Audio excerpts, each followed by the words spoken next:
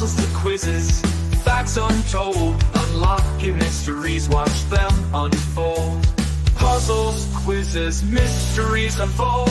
Brain Benders Banter, keep your mind on fire, twisting and turning higher and higher. Trivia and facts keep you on your toes, where the next challenge leads, nobody knows. Mind on fire, nobody knows. Riddles and corners, secrets to reveal. Each question a journey, every answer a seal. Cognitive playground where neurons spark, lighting up pathways through the mental dark. Secrets reveal, pathways spark. Brain Benders Banter, keep your mind on fire, twisting and turning higher and higher.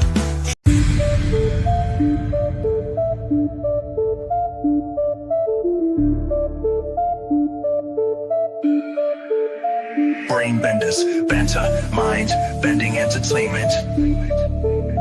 Brain Benders Banter, mind bending entertainment. Brain Benders Banter, mind bending entertainment. Brain Benders Banter, mind bending entertainment. Brain Benders Banter, mind bending entertainment. Brain Benders Banter, mind bending entertainment. Brain Benders.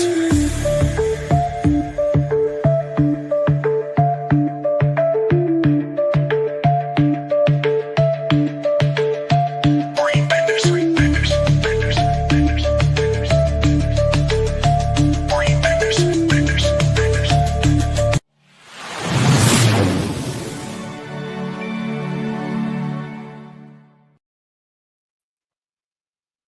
Welcome to Brain Benders Banter. Tonight we're talking about one thing we all have a story about: cars. Whether it's your first set of wheels, the road trip that changed your life, or that uh-oh moment on the freeway, we're diving into the memories that ride shotgun in our lives. So warm up your engines and buckle in. Let's hit the road together. Hi. Hi, Get your motor running. low rider. It's a low rider. Da, da, da, da, da, da. As a What car other- does this, It's exactly. like Cheech and Chong movie.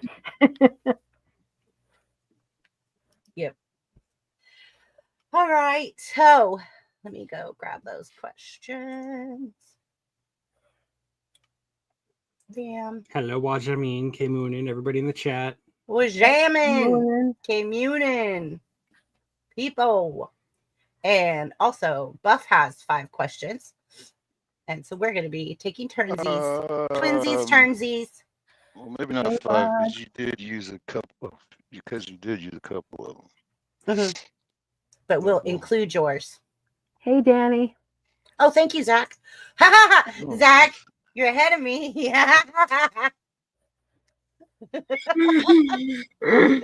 on it. All right. Question number 1. What was the make and model of your first vehicle? Mine was a Dodge Colt. Dodge Colt. I had a tan Dodge Colt. It didn't even have a radio in it. I had one little speaker in there. It was like a tweeter. And I drilled it into like the dashboard. So I had something to listen to and installed a deck. This was in 92. I got my grandfather's Dodge Spirit. They were driving Nice. around in, I mean, it was a good car, but it felt like I was driving around in an old person's car. I'm 16, driving around in this Spirit, it did the job. It was fine. Absolutely. Mine got me everywhere I needed to go. Mine was like a tan Dodge Colt hatchback. And it had enough room to take people to and from high school. Yeah. with me, so I was popular. And it was funny because it looked like a Pinto. My Dodge Colt looked like a Pinto. But hey, awesome. I bought it myself. That's sweet. And I I worked have 3 never fast bought food mine. jobs. I worked 3 fast food jobs to make the car payment because I got it approved when I was 18 because my grandparents did something really crazy. So when I was 16, they added me to all their credit cards, but didn't tell me and never gave me any of the credit cards. Oh wow. Just And to so help when you I get turned credit. and so when I turned 18, I had an 800 FICO score. That's pretty smart. Yeah. Your SUV got attacked by a Bad moose. car memories. My SUV got attacked by a moose. The moose wants to eat my Chase. sister. Wow. Hi, Danny. What's up, Chase? I guess I'll go. Yeah, Yeah. I was waiting This for your answer. car was a 1991 Mitsubishi Eclipse, and I got it from I bought it from my brother, my older brother, and it was white, and he had one of those black bras on the front, and like you could lift that thing up, and it was just yellow underneath there. It's just like, and, but and across the front windshield, his name is Eldon, so his nickname is E Double. So it had E Double across the front windshield. I was like, I just left it up there. I was just like, yeah, whatever. But it had the wishbone aluminum rims on it, on like some low profile tires, man. I was like, I like that car, and dark tint windows. And I was like, yeah. So I was slowly buying it from him, and that mother, I still making payments on it to him. One week I was about to start I was starting my apprenticeship with Caterpillar, and that weekend he was like, "Hey man, I need to borrow the car, go up to South Carolina, get a couple things." So I let him borrow the car. I'm like, technically, yeah, it's still yours. And paid it off. So he took it up there, cracked the head, and ruined my apprenticeship for Caterpillar. So I couldn't get there. But I don't know, I had some fond memories of that car, man. That car I took to the summer of '98, I believe it was, or '99. No, it was '98. But went to this high school marching band camp in Atlanta, and I just heard it on the radio. It was like, calling all schools this, da da da da. So I was like, I'm gonna go check that out. And my drum teacher, he let me, not my drum teacher, my band teacher let me borrow a set of tenors. They were black and white. The car was black and white. So I Oh. decided to go down there in a white shirt and some black pants, and looking like a god of drumming getting out the car. Like the first thing guys asked me, it was just like, how do your drums and car match your outfit?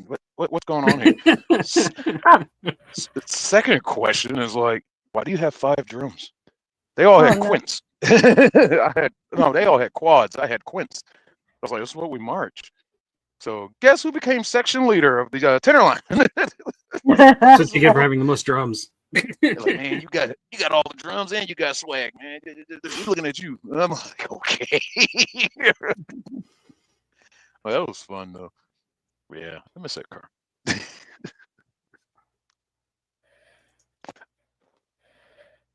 Hello, Tracy. Hello. So, you want to know about my first car?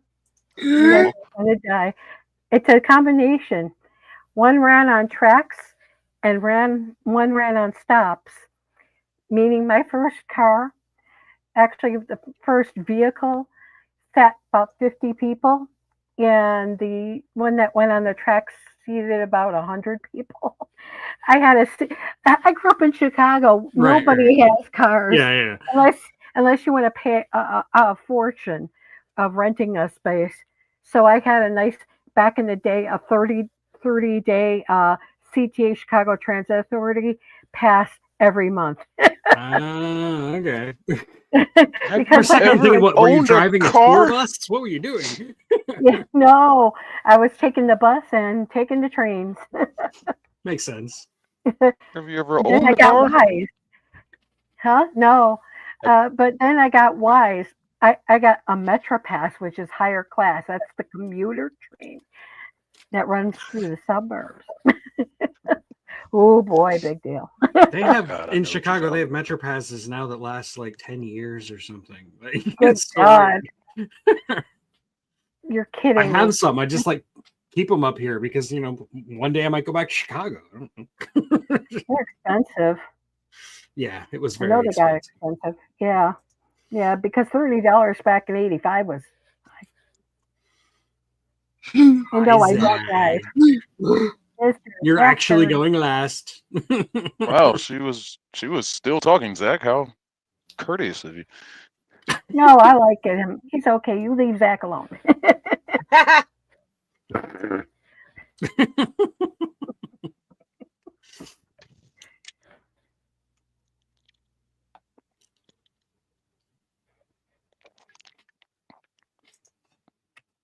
I swear to God, My you first take 30 vehicle, minutes to say. this, a 1993 Dodge Shadow in a color best described as faded disappointment. Unopened speaker, a driver's seat held together by duct tape and hope, and an air freshener that screamed, "I give up," instead of "Pine Forest." Like it had been in a low-speed chase with Father Time and lost. Oh, Nice. But God. that didn't matter to me. I was ready to hit the road like I was starring in Fast and Delirious. Now imagine me behind the wheel, full of confidence and caffeine, cruising down the road with my right hand suddenly spazzing out like it was auditioning for a role in The Exorcist. 1 minute I'm changing the radio station, the next my hand is flipping on the wipers, honking the horn, and adjusting the mirror, all at the same time. It looked like I was Morse coding a cry for help to passing traffic. I didn't know whether to pull over or give my hand a timeout. Things got real sketchy at stoplights. Thought I was waving at them, throwing gang signs, or just extremely passionate about turn signals. The old lady actually rolled down her window and offered me a Werther's Original for the shake. The driver asked if I was doing TikTok dances. Oh, my No, God. That's so sir. funny. This was raw, unfiltered neurological jazz hands, live from the dashboard. It was a whole new kind of circus. I'd be backing into a space, right hand flailing like it was trying to do CPR on the gear shifter, while my left hand tried to steer us both to safety. Once shifted into neutral, hit the hazard lights, and opened the glove box, at the same time. Where that glove box opened up like it was saying, "Surprise, we're all gonna die." Despite all the madness, there's one dream car that would make even my rogue right hand behave. 1967 Ford Mustang. Mhm. Powerful. Sweet. Classic. Kind of car that deserves leather gloves, aviator sunglasses, and dramatic slow motion exits. Someday, I'll be cruising in that Mustang, hopefully with both hands on board and under control. You be out. Oh, I love That it. was amazing, Zach. Oh, Zach, that was the best ever. And yeah, Dodge Shadows, they never made them in any color other than just faded something. It was always depressing. You couldn't get like a brightly colored Dodge Shadow. Everybody answered? I think so. Well, yeah, I think so. Good. There's only Because 5 Zach just opened a segue into one of my questions. The dream car. What's your dream car? And thank you, Zach. You just answered that. Unless you want to say more about that car. We'll start typing. Mine would have to be the 1999 Nissan Skyline GTR V-Spec. I've just always loved that car. If you need reference, it's the Skyline that Paul Walker ends up driving in, I think it's the second Fast and Furious movie. Yeah, it's that car he has in the beginning. That one. And not because of that movie. I knew about that car playing what's the name of that? Gran Turismo Part 2. It's a beast. This has got a J2Z in it. That thing can get oh my God, it's just, I'm not gonna start talking motors and engines and stuff, but that's my dream car. And as of right now, I think the car is old enough. Like you can get one from Japan now. It has to be like any Skylines that are like 25 or 30 years old. You can get them over here now. I think it's 25 years. and they're cheap to buy over there with the conversion rate, but it's getting it shipped across the pond. That's a mother. But a true right-hand drive.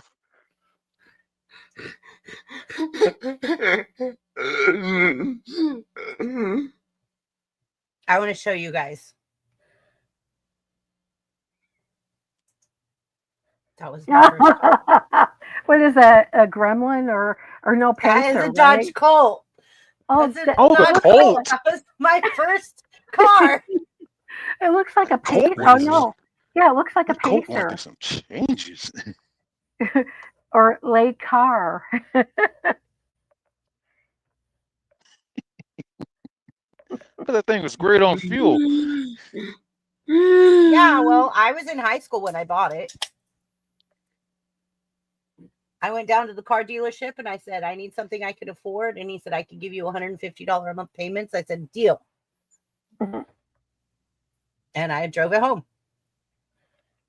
Nice. How much you put? What did you put down? Your word? I mean, Yeah, back in the 91, that's all pretty much you had to do is just have good credit. Like they run your credit. Oh, yeah, you've got really good credit. Yeah, how is it? I'm 18, but I've been on credit cards for 5 years.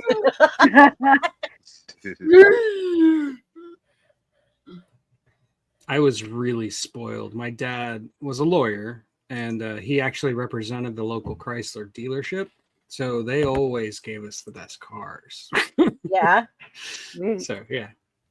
Hi, Moose Man. I remember Moose. my parents.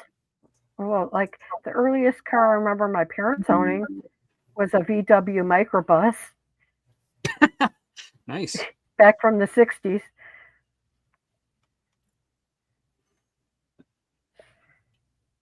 I don't know. dream car.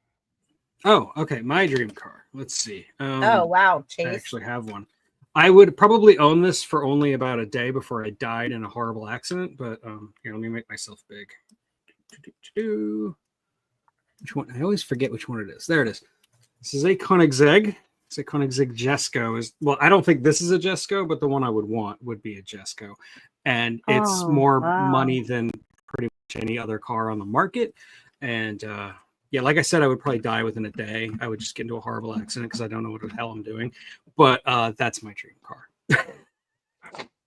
When wreck it like Eddie Griffith. Exactly, yes. I would go out in a blaze of glory and I'd be happy. Or yeah, or like Danny said, the time traveling DeLorean. I'll take that. yeah. I don't have to be big anymore. You're just gonna go buy plutonium, huh? Just gotta go to the Libyans, you know. Yeah, that'll work.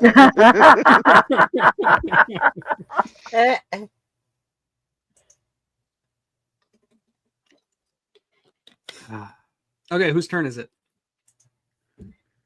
BBB. My turn? Yeah. You want to know my dream car? Yeah. Okay. I love SUVs, don't get me wrong, and I will always have an SUV because I need it to take things around town. And I love getting my groceries and stuff and having room in the back. One time, my mom decided to buy a recliner and my grandma decided that she wanted to go on this massive grocery shopping spree, and I had both of them with me. And so I managed to get all of my grandma's stockpile of groceries in there and my mom's brand new recliner. Wow. With all of us in the car. My mom Dang. was partially wearing the top of the recliner over her head. I have pictures of that, but this is my dream car. It is a 2025 Bentley GT. Yeah, I was about to say it looks like a Bentley. It's definitely a Bentley. But yeah, that, and I would probably not want that color, but that is my dream car. You don't like electric lime green? I want electric blue. You know, I want an electric blue. But yeah, that is definitely, it's beautiful. It's just beautiful to me. Oh, and quickly, let me answer K-Muni. No, I do not collect model cars. This is actually made out of Legos. I don't collect, I build. I just got a Lego set for flowers. Oh yeah, there's lots of those. We've been building a lot of those because my wife likes to put them as like little centerpieces on our dining room table. Yeah, I like that. She doesn't like real flowers, but she likes Lego flowers. Yeah, because they're That's easy cool. to take care of. Mr. Zach. Dream car is a red cherry 67 Ford Mustang. Dang. Nice. Good choice. Mm. A 67 Shelby GT 500. Those two different cars. Huh?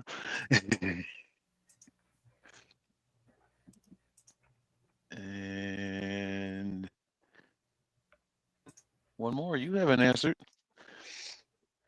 Alert bus. Oh, Me? Tracy. Yeah, Tracy. Oh, okay.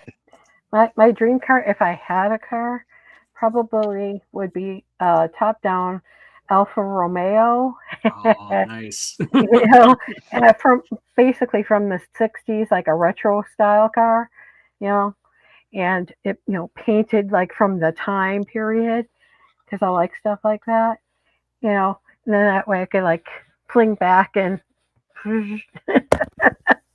But those cars are so beautiful, but they're so expensive. And that's it. I All right. also have to say, like, I love the 1969 Chevy Camaro. My grandfather had an SS Camaro, Wow. and it was absolutely the most beautiful thing. And I remember I got to ride around with him in it all the time. And my grandfather was so cool because he painted cars for a living, and he owned a body shop. So I got to hang out there and help him do estimates and stuff. And I got to learn about a lot about cars. And my grandfather was a classic car fanatic. So Wow. he would get all these classic cars and rebuild them and then put brand new paint jobs on them.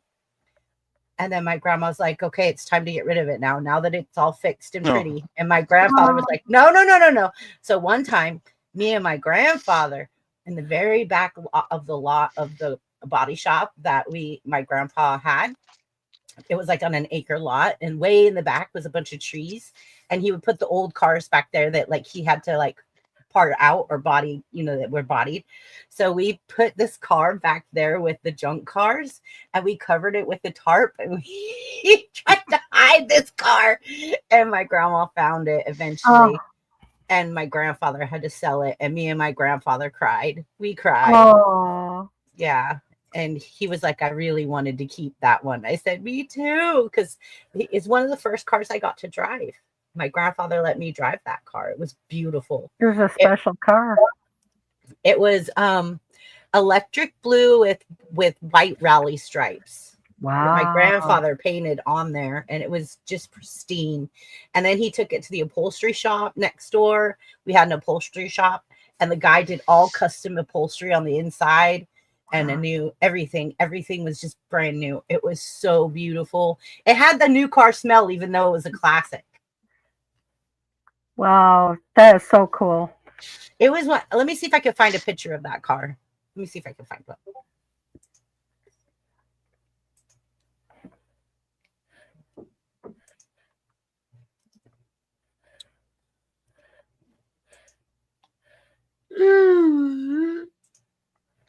Also, I'd want a 63 Chevy Impala Super Sport.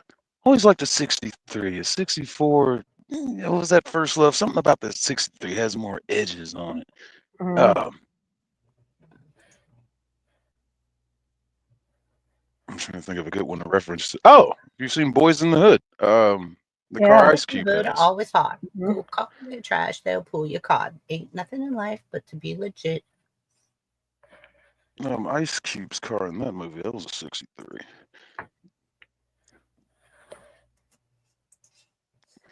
Hmm. Something about that front grill. Sounds swank. Yeah, I want to build a lowrider before I die. I've built enough race cars. I want to build a lowrider.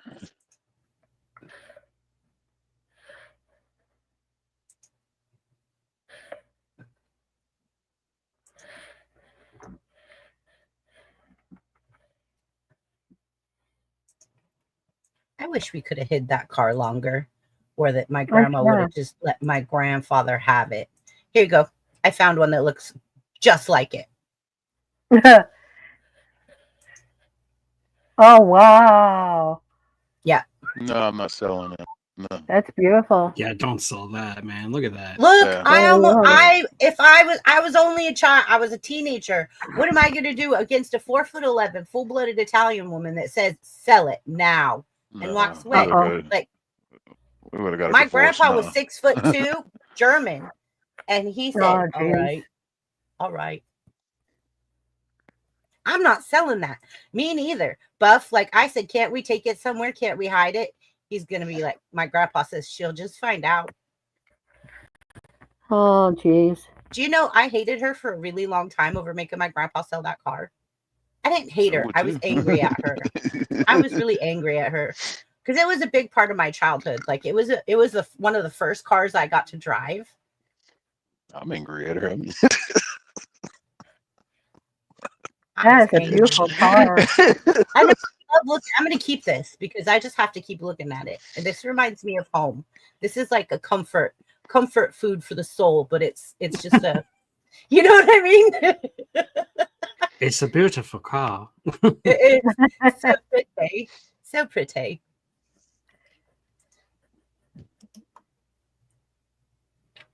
It's really righteous.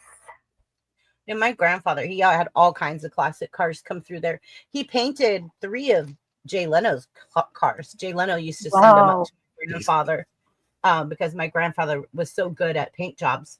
You couldn't tell that they were repainted. Like he was pristine with it. He had an eye for it. One time he took 2 Novas and he cut the front ends off and he put the 2 front ends together. And then when he would go to the parade, he would put a Great Dane in the driver's seat and drive the car backwards, already forwards, because of the 2 ends. And it looked really neat because you couldn't tell if the car was coming or going. Oh, man. That's cool. There's a guy that flipped the insides of it's an old pickup truck. I saw a YouTube video about him. So he's facing the back. You know, the truck is going down the street backwards, but you know he's driving it sitting the right way, and he modified it all the way to where the headlights looked like tail lights, but they were actually headlights. And he's like, "Yeah, I get pulled over every time I drive this thing, of course." Like, dude. Oh gosh, Jeff, his first car was a 1969 Dodge Monaco. Bought it for $75 after having to get it running. It ran like a top 383 4-barrel. Jeff's our mechanic, by the way, so you guys know. Okay. He's a really good mechanic. What you got, Zach? Buff, you built race cars. My dad built his race cars and he was getting so good that he won 12 state championships. Oh, Nice. dang. Sweet. Man, it's gotta be fun having a dad that builds race cars, man. I'm telling you. Wish I had a dad. Right? My dad had a 1955 British taxi he shipped over when he lived in London. A British And, taxi. British taxi. Hell yeah. and it had like the I would opening love driving that around. and the driver seat being on the right side, you know, and people would just go crazy.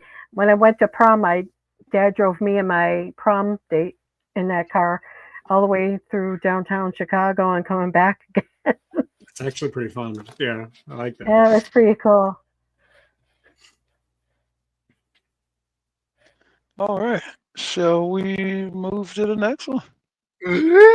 Okay, so the next question from BBB is... Oh, I got it. What's the best or worst road trip you've ever taken? Okay. Yes. I'm going to go ahead and start. So mine, I'm going to go with best. I actually don't think I've had any bad road trips. Well, okay, there was the time my infant son had explosive diarrhea, but that's not something to talk about. Oh my gosh. Your poor kid. One time my daughter said to me, She woke me up. She was 3 years old. She came and she crawled into my bedroom and she grabbed me by the hair and she was yanking me, trying to get up on the bed. She was so tiny. Yeah. And she said, "My butt threw up." That's awesome. Oh, cute. But no, the best road trip I ever had, like when I was in college, you know, our group of friends, every once in a while on a weekend, we would just say, hey, let's go somewhere. Let's all just pile into a car or 2 or 3 and just drive somewhere. And we did that one weekend. We went to Daytona Beach because we went to college in Gainesville, Florida, and Daytona Beach is only like 2-3 hours away, something like that. Anyway, the fun part was actually afterwards. After we spent some time at the beach, me and this girl who would eventually become my wife decided to just get in my car and just leave everybody else and just go literally get lost. Just drive until we don't know where we are anymore.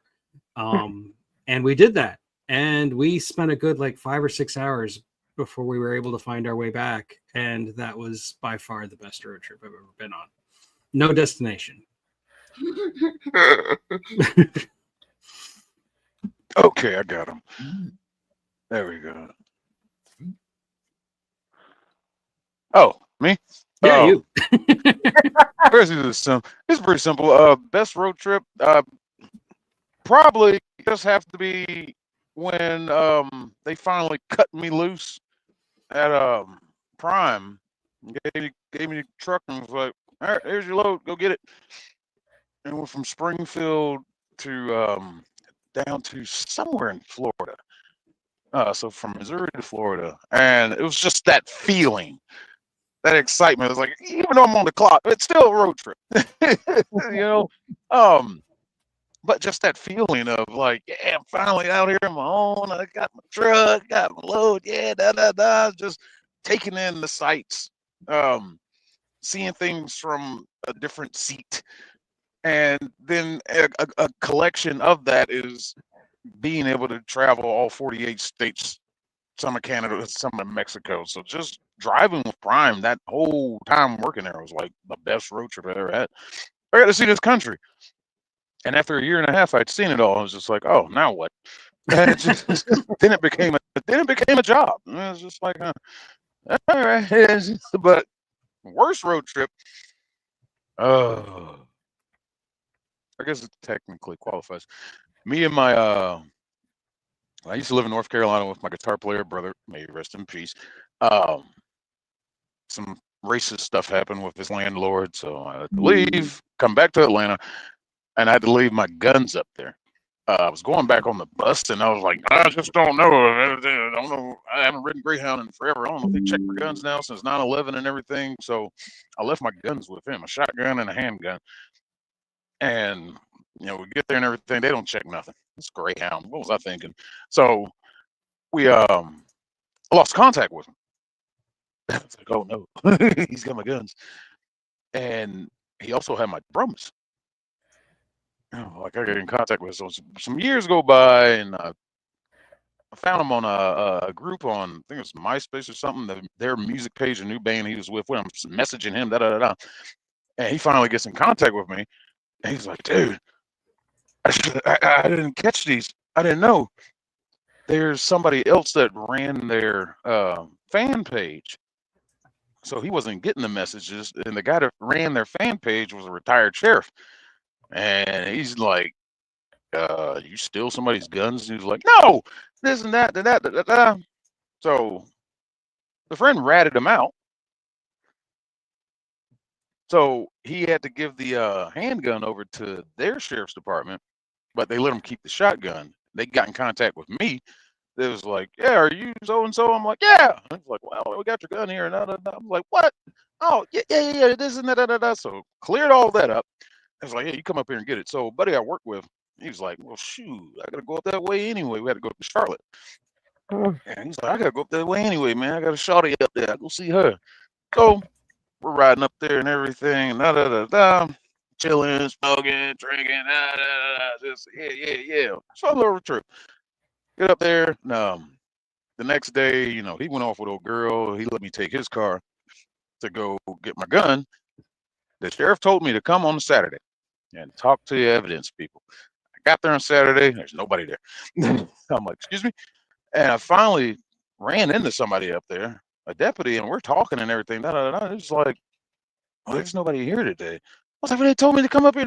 So I called the detective back, and he was like, no, I told you to come Monday. And he's like, no, you said Saturday. I know you said Saturday. That's why I'm here on Saturday. I wouldn't have come any other day. He was like, oh, wow.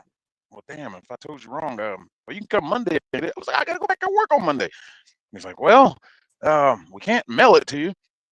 If you can't come back Monday, I was like, well, can I have a them get it? He was like, no, we got to release it to you. I was like, you can't release it back to the guy I left it with that you took it from. I was like, come on now, put 2 and 2 together. He was like, no, you can't do it. Can't do it. You either come get it or it's going to be destroyed. And I was just like, no. Well, just destroy it then. But I mean, to be fair, well, not even that. I take that to be fair back because it was a little high point, 9mm. Ooh. High Point has a horrible reputation from just the general gun-toting people. High Points are probably one of the most durable guns you could ever buy. There's great videos about them testing High Points, throwing them off the tops of buildings like stories high, picking it up, boom, still shoot straight, running over them with trucks and random vehicles, run them over, pick it up, boom, still shoots. It was like you got to go a lot. They clog the barrel, boom, fire it, unclog the barrel, boom, still change out the barrel, and boom, still shoots. I was like, they're just not accurate. All right, they better be your target better be like quick 30 yards, or else you ain't hitting nothing. But I had to let it go. So, yeah, like a road trip for nothing. But I got my drums and I got my shotgun, so something came out of it. But I wanted that handgun back. So, yeah, I'm done.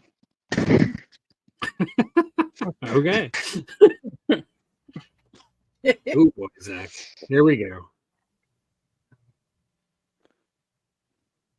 One of the most memorable, and borderline worst, road trips I've ever taken was when my family packed into our Suburban for a drive down to Phoenix, Arizona. Oh, let me tell you, the drive there was smooth, classic road trip vibes, snacks flying, music blaring, siblings arguing about who farted even though we all knew who did it. The trip back that turned into a chapter straight out of Road Trips Gone Wrong, Desert Edition. As we made our way back north through Arizona, we decided to stop in Kayenta, a little town that usually serves up a break from the road and, more importantly, a McChicken from McDonald's. But this time, Mother Nature was like, "You want lunch? Let's spice it up." It was raining hard, the kind of rain that turns your windshield wipers into useless, panicked flippers. Visibility? Practically non-existent. It looked like the world had been turned into a gray, blurry watercolor painting. We slowly crept into the McDonald's parking lot, like really slowly. We thought we were pulling into a regular parking spot. We were wrong. We were actually on a slow-motion collision course with a giant metal pole. Boom! We smacked it like it owed us money. Airbags deployed, the front end crumpled, and suddenly we were all sitting there in stunned silence, our McNugget dreams dashed, faces full of airbags and confusion. We all had a few bruises and aches, nothing major, thankfully, but emotionally, that pole hit our dignity a little harder than it did the bumper. Oh. Suburban even let out a mechanical sigh like, really? Pole? In a McDonald's parking lot? While other drivers just kept on with their fries, watching us like we were a live-action insurance commercial. That said, despite the bruises, dents, and stormy chaos, there's something kind of hilarious and unforgettable about it now. Would I do it again? Not unless the airbags come with fries. One day, I swear, I'll take a road trip in a '67 Ford Mustang. And this time, no poles. UP out. You had a Right? lot of fun writing these answers, didn't you? You did. You totally did. Was that a Well combo done. of your best and worst? Basically, yeah. See what you did there. All right. Through the rain, there was a ray of sunshine that glimmered upon my face, Smack that toilet, Brody money. like the grease from the fries. He wants fries with that. Put this pole here. You know that pole's there for a reason. For somebody's hit something.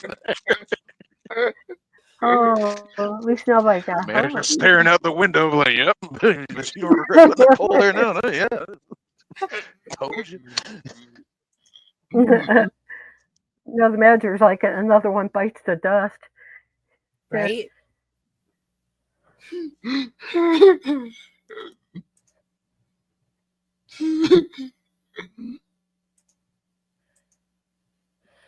Sorry, it's really storming out here. I'm trying to mute it every time there's like thunder. Oh, you're fine. Okay. Whose turn is it? We've got Tracy and BBB still haven't told us their road trip stories. I'll go whenever you guys want me to. Okay, well, that sounds like a volunteer to me. Okay.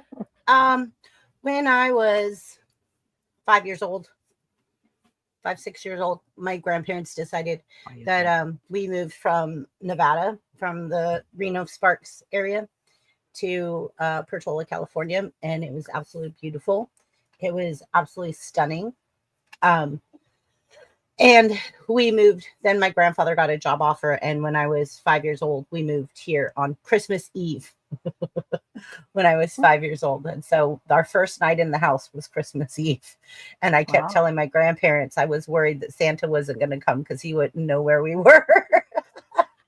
Anyways, that year we discovered a place here in California called Fort Bragg, and we started going there every single year. It's 3 hours away. It's through the redwoods to the beach, so it's where the redwoods meet the ocean. So you get the beautiful redwoods and the beautiful ocean where they meet. And it's absolutely gorgeous. But this one particular year, we decided that we were going to take a tour and go up Highway 101, which is up the California coastline.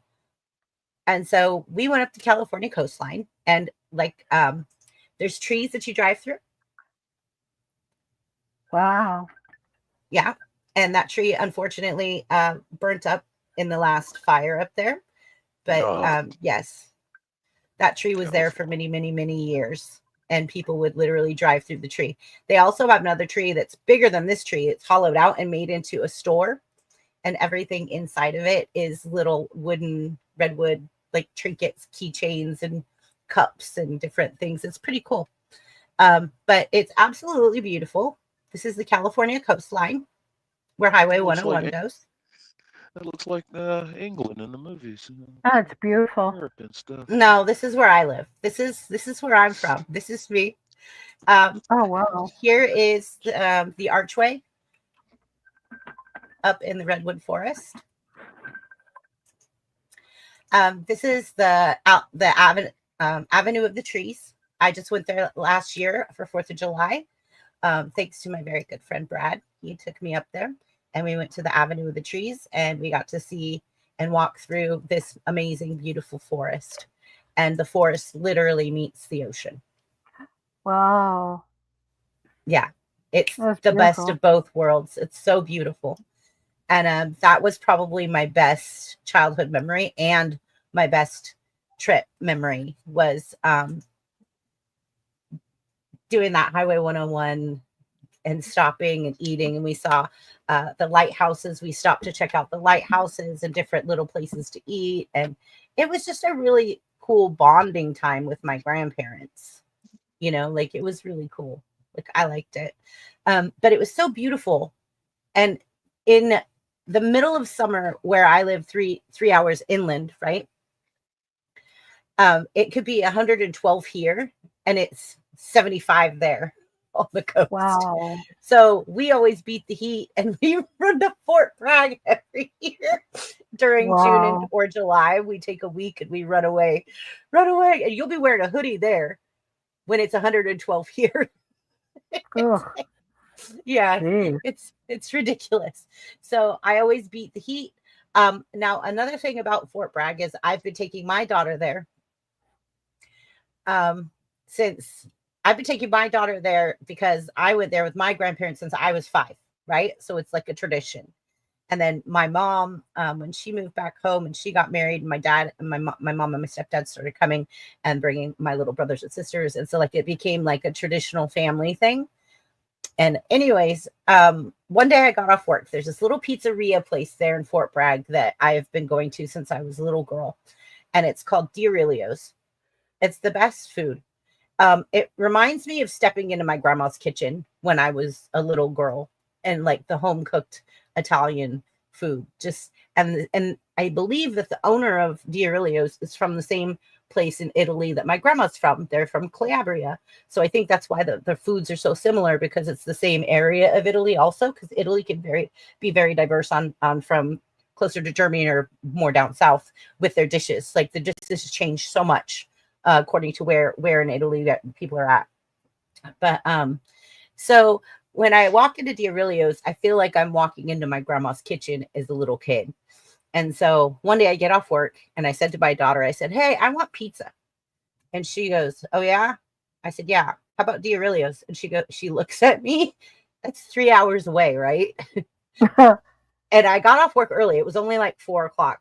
And I go, "I say we have time. They close at 10. So we totally have time. 4, 5, 6, 7. We'd be there by 7. We could get our pizza. 8, 9, 10. We'd be back by 10. And she goes, "Call and get a loaf of bread put aside." I said, "Okay." So I called and I got a loaf of bread put aside because they make fresh bread every day.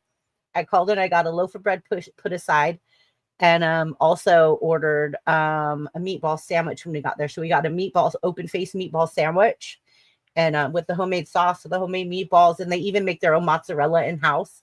And then God. I got this stone pizza that we get when we go there. It's a brick oven pizza. And so we went and got this brick oven pizza, and her and I went there listening to music, jamming, driving through the redwood forest. We went there for pizza, turned around and came back. But it was a really good time, and I had a really good time with my daughter, and it was a bonding moment with her and I that I'll never forget. Is like her and I just in the car 6 hours just to go get a pizza. We had Mama and I did that too. Yeah. There's a place called Pizzeria Uno, and she had taste for Uno's, and we lived in a town called Evanston, which is border Chicago, and she did that too. She says, "We're going to get pizza." I didn't know we were going all the way downtown to pick up a pizza and come back. Yeah. So stupid when there's closer pizzerias to where we live. Yeah. Well, the thing is that the pizza place that I took my daughter to, there is no pizza place like that anywhere near us. You have I'm to sure. go to Fort Bragg to get that kind of pizza. You have to go to Diorilio's to get that pizza. That's what she thought too. Yeah. For the Because people they in the had pizza. comments, she's talking about Fort Bragg, California, right? Not Yes, Fort Bragg, correct. North Carolina. Not Correct. Arkansas. Yeah. No, California. Not that Fort Bragg. No, Fort Bragg, Yeah, California. It's in the northern coastline, up above Mendocino County. It's up towards Humboldt and Eureka, and let's see. I can't think of it right now. I can't think of the name of it right now, but wow, I'm brain farting. Oh, I wanted to show you guys something else about Fort Bragg that is absolutely stunning. Let me see if I can bring this up. Image. Go back over here to StreamYard. Cancel it. Okay. So I wanted to get you guys some pictures for that one because I knew that that was coming.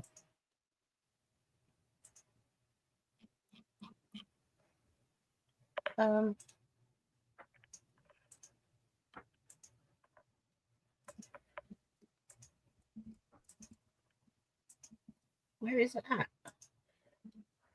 Hold on, I'm getting there. Okay, the 82nd Airborne, Roddy, is out of North Carolina. Fort Bragg, North Carolina. Correct. Yeah, that's where my dad served Okay. in the Army. So in Fort Bragg, many, many years ago, in the late 1800s, there was a dump, and people would dump all of their waste, right? Their waste into the ocean. And then it was just a big dump right there in Fort Bragg. They had this huge dump, and it was all all went into the landfill, was just went all into the ocean, right? Well, over so many years of this place being a dump, eventually Greenpeace got involved, or people got involved with that's not healthy for the environment, and they shut it down. But over many, many, many years, all the glass that was dumped in there started washing up on this one particular beach, and it's called Glass Beach.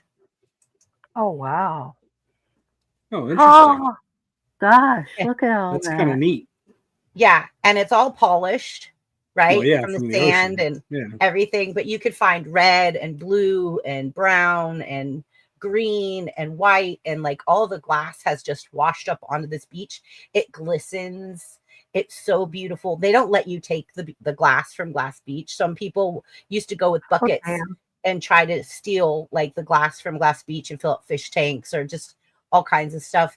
They've now you can't take any of the glass. It says that it's a federal fine or whatever for it was just wow. Yeah. So I mean, like they all things. So what they had to do a few years ago is go dump a bunch more glass into the ocean right there so that it would wash back up and replenish the beach, because so many people were stealing the glass. Yeah, that's it's so absurd on so many levels. But they dumped a bunch of glass back in the ocean. They dumped a bunch of glass, just glass, so that it would all wash back up and replenish the beach. Oh my! We can't create trench lines or burn lines to help stop forest fires because of the elusive dung blue beetle, but we go dump glass into the ocean and affect the marine life just to make a beach look pretty. California is a weird place, man. Okay, look, I'm going to show you guys. I'm going to share my screen. I'm going to show you guys.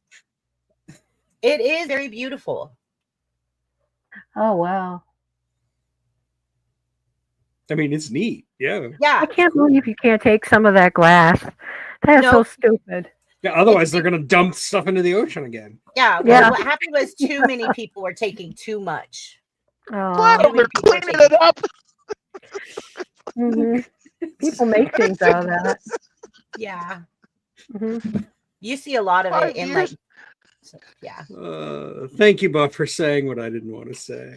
I'm just telling you guys. Charge people to. I've been going to Glass Beach since I was 5 years old. It's a thing there, and if it disappeared, I'd be sad. I would be sad because it's been something that's been there so long, and it's so beautiful and different. You know, it's unique.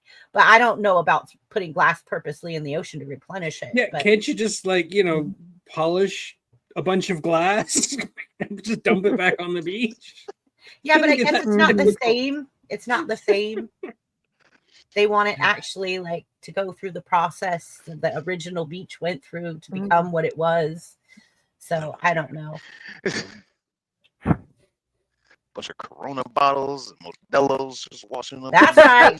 How much beer is on? It should be called Beer Glass Beach. Beer Glass Beach. Yeah, all that green glass that came from beer bottles. Wow. So does the brown ones?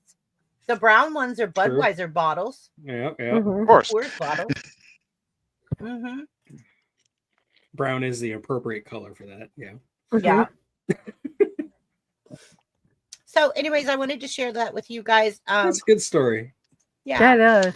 It's beautiful. It's beautiful. Yeah, it's very, very beautiful. Buff, I'm going to reach through this computer, I swear. I love you, Twinsy. It's your turn, anyways. Or no, it's Tracy's turn. Okay. Well, it was a really good road trip we had. Oh gosh, Roddy. It was like my family. My dad did a lot of things. I mean, he was really multi-talented. And one of his things was he was an author of a book. And we decided, since it was in Minnesota, the whole family would make kind of a trip of it, because my cousins also lived in Minnesota. They lived in St. Paul and worked for 3M. So my dad, got these books. He got the books from the publisher and he threw them in the back of the car. See, we always had like Chevy vans back in the day. So he filled up the back of the car with those, boxes of books, not checking the boxes of books. All I know is when we got to the hotel, my dad finally opened up one of the boxes and I heard every swear word under the sun. It was like he opens it up and the publisher sent him Oral Roberts books instead. Oh no. And he was so pissed. And it was like, that made the trip bad because it really ticked him off. And I was like, oh my God. But I was sitting there, I was already like 13. I was like, I couldn't let him see me, but I was laughing behind the car. It was terrible. But I mean, like, you drive all that way with all your books and you think you're going to sign them and you come up with somebody else's book completely different, even off subject. So, but my mom's like, you should have checked those books before you. He's like, I thought I did. I was like, so it was a nice trip going up there until we reached the hotel. Boy, he had to take like names and numbers and addresses of people who wanted them. God, that was a mess. It was a nice trip. I got him autographed. Get the autograph anyway. I got Chase Elliott to autograph a picture of Casey Kane's first NASCAR win. See, that's how I met. That time was like how I also met Stephen King when I was 13. I was kind of scared of him actually. But I mean, it was That's like fair. my dad was sitting around a round table with other people with their books and stuff. And so that's how I got to meet him, is because he was sitting right next door to my dad. I was like, oh my God. And I should have like a dumb. If I had only to project the right way, I could have bought The Shining first edition with his signature and then just put it away and then had it, as a grown up, because I know that thing's worth some money now. It was a hardcover too. So that's my story. Cool. She's sticking by. Mm-hmm. It's my story and I'm sticking to it. Okay, so what's next? Questions.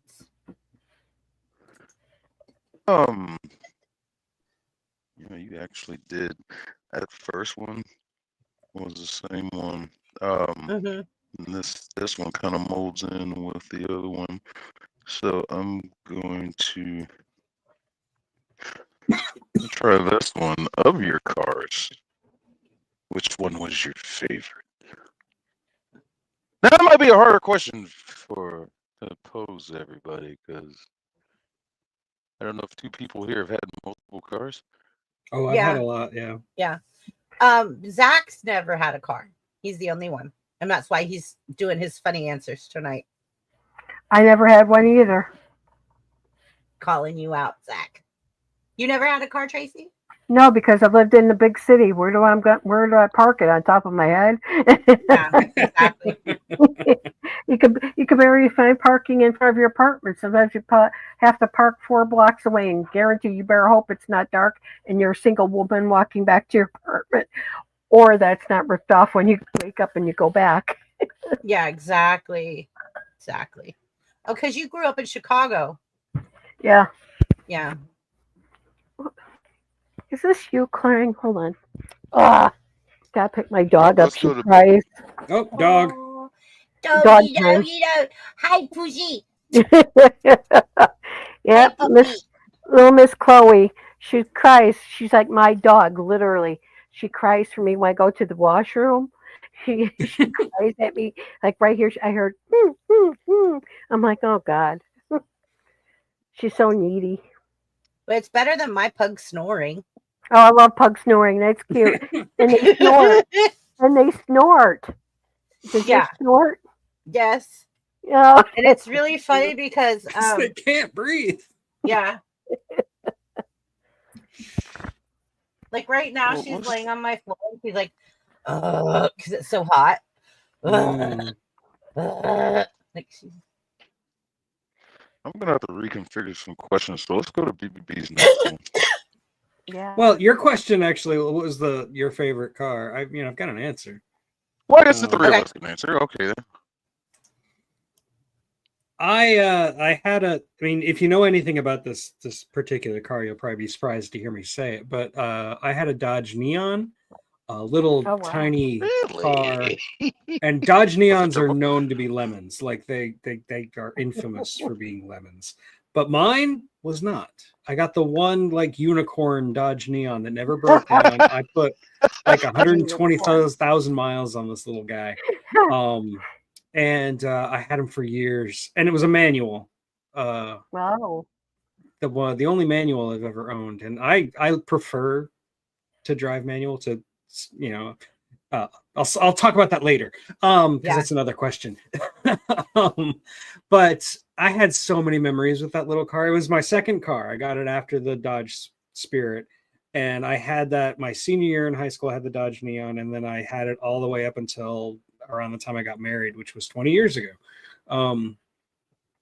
So that was that. I mean, I just lots and lots of good memories of that car. And like I said, it never broke down. I never had any issues with it.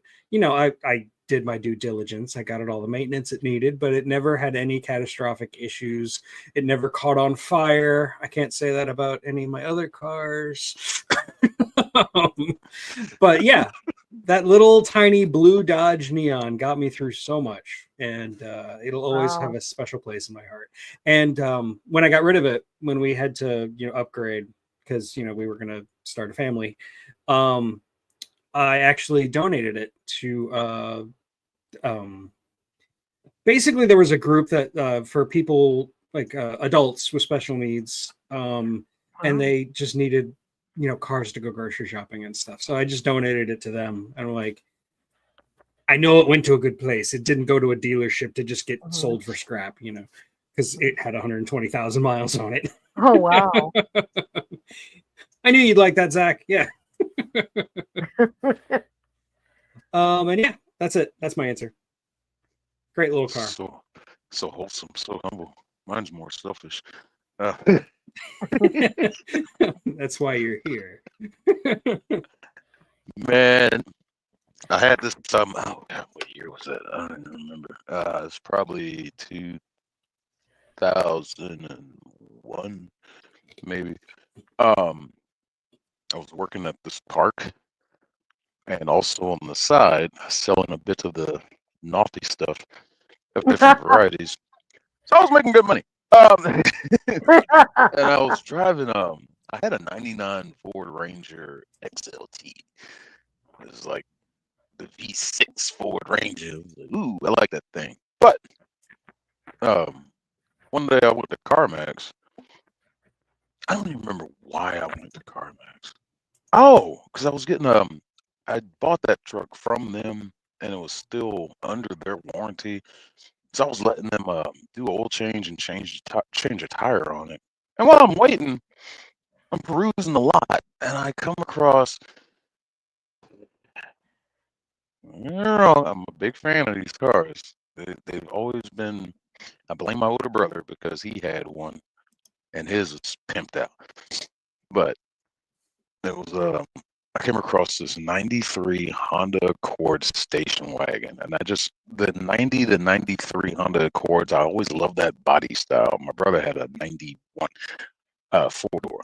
No, he had a 2-door, but his was like this deep dark Ford blue, sitting on bow-legged wheels with the fat 5 stars. I always liked that car. So I blame him for me falling in love with that body style, but I found a '93 Accord station wagon, and I was just like, oh. And it was immaculate. And this was sitting at CarMax. I'm like, y'all got a car this old sitting here? And it's just like, yeah, it just came in the other day. The guys out there talking to me. It was the color of this car. That's way cool. It was like a charcoal gray. Wow. Cool. I'd never seen a car of that color. And one thing Hondas especially the Accords were infamous for, was the dashboard was black and the rest of the interior would be like tan. This car had the black dashboard and the interior was the same color as the freaking car. I was just like, how much do y'all want for this? Nice. And God looked at me and he was like, $9,000. I'm like, What? why'd you say it? I was like, why'd you say it like that? He's like, because you asked me like that. This was messing Oh me up. my. Damn it. So I'm like, how much you give me for that truck? Yeah.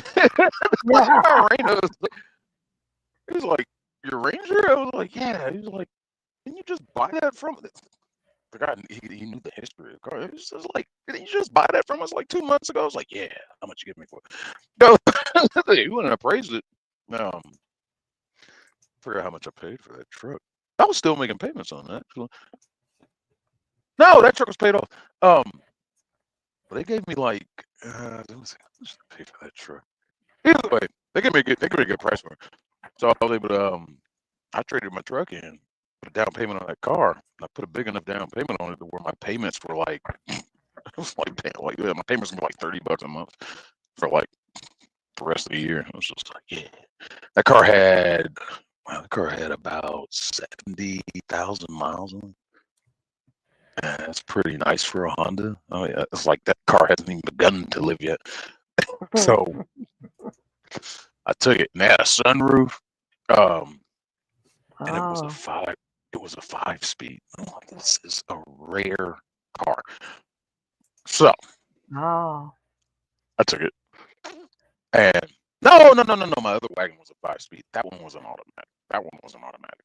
But so I got it. And over the next weeks, I got money now. I went and got that thing. I went and got the windows tinted, a nice, about I don't know what percent to say, but not too dark, not too light, but just right, kind of match the paint, and it worked. They got it tinted up for me. Got it. The factory rims it was sitting on. There's a certain style of Honda Accord rims that will come factory. It's like a solid circle with a bunch of little slots going around it, and then the outer rim and the tire. And they were all immaculate with the Honda center caps. So I just left those on there. I put low profile tires on those rims and then went and got a full adjustable coilover system. Got it lower, just enough to be slammed, but I could still turn the wheels freely. So sitting low, sitting dirty. Went and got an Alpine alarm system put on it. I dumped some money on this alarm system. It had a proximity alert, so I could leave the windows down. If anybody reached in the car, the alarm would go off. Just reaching in the car, the alarm would go off. I was just like, yeah. And then I had to, I didn't do anything to the engine. The only thing I really did, I didn't do anything to the engine. I was just like, I'm not racing this car. This is going to be my show car. And it was. And then I went and got 2 Infinity Kappa Perfect 12s in a bandpass box. These speakers are rated at about 1,200 watts a piece they could handle. And got an 1,100 watt amp. I just ran 600 watts to both of them. Split the difference, and she was loud. So I'm feeling like top dog, hot shit. Everybody loved that car. Oh, I put an exhaust system on it. I did do that. Put full exhaust on it. The exhaust tip was a pseudo carbon fiber bodied but chrome tip exhaust muffler on it, and then full exhaust going back to the headers. And I did put an engine cold air intake on it.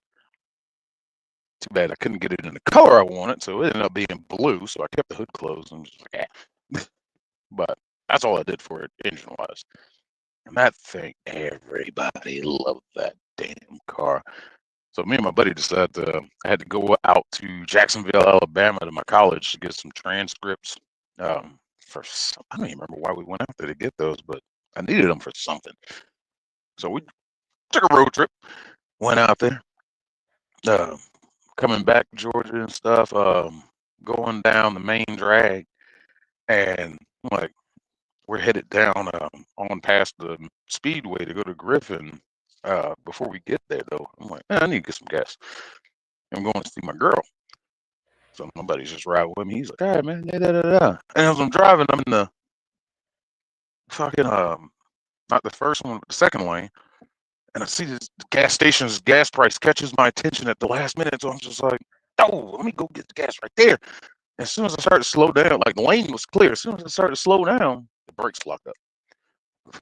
And I'm like, huh? They just locked up. And like, I didn't slam on the brakes. Just, a nice hard brake. Quick slow down, lock up.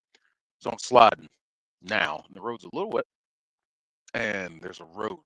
It's like, here are my decisions, or here are my options. I could try to maybe slide back into traffic, possibly get hit.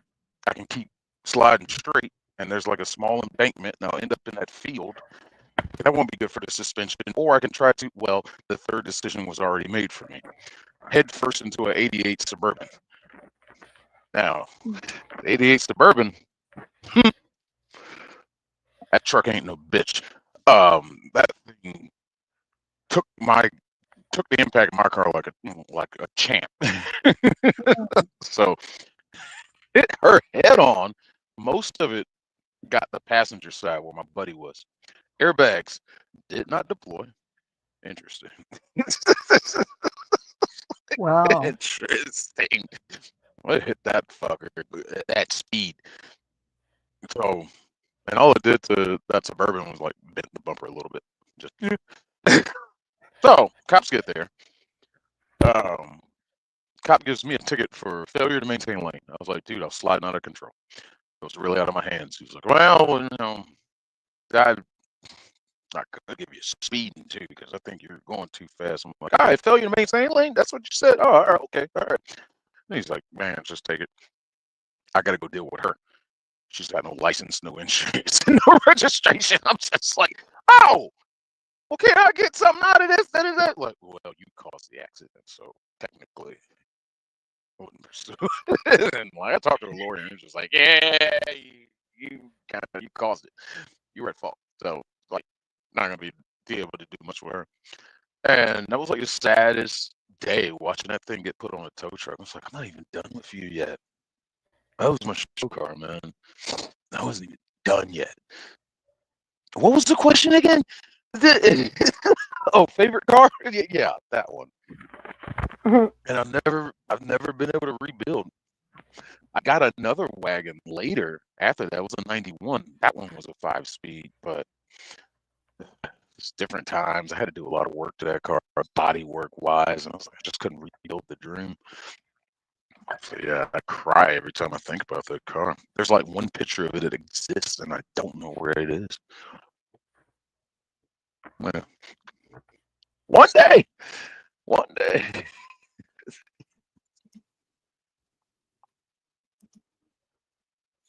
Okay, so I guess we got to move on to the next question. Does Chris got a favorite car? Huh? Yeah, well, Chrissy's not here. She had to walk off. Oh, Dave's not here, man. All right. Dave's not here, man. Okay, let's see. If you could drive any car for one day, what would it be and where would you take it?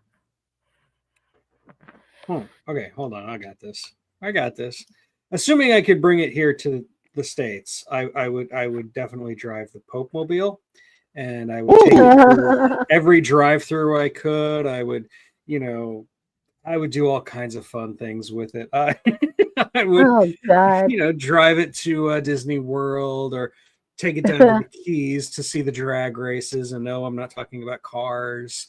Like, I would do so much with the Pope Mobile. It would be great. I would take it on a golf course, Oh God, that is hilarious. So that's my answer. I got this. Yeah. Dang, I think I gotta go with the Batman Rumbler, and I'd drive it anywhere I want it to, because that thing goes wherever it wants. Yeah, true. You can take that thing anywhere, literally. And then it has a motorcycle that's built into it. Yeah, I'm with the Rumbler. Yeah. If not that one, a Lamborghini Murcielago. Oh, nice. Yeah, that'd be fun. Sweet. Both of my cars are from Christopher Nolan's Batman. That was Good point. it's always like that Murcielago. It's just sleek. There's something about that car. And Murcielago means bat in Italian. So,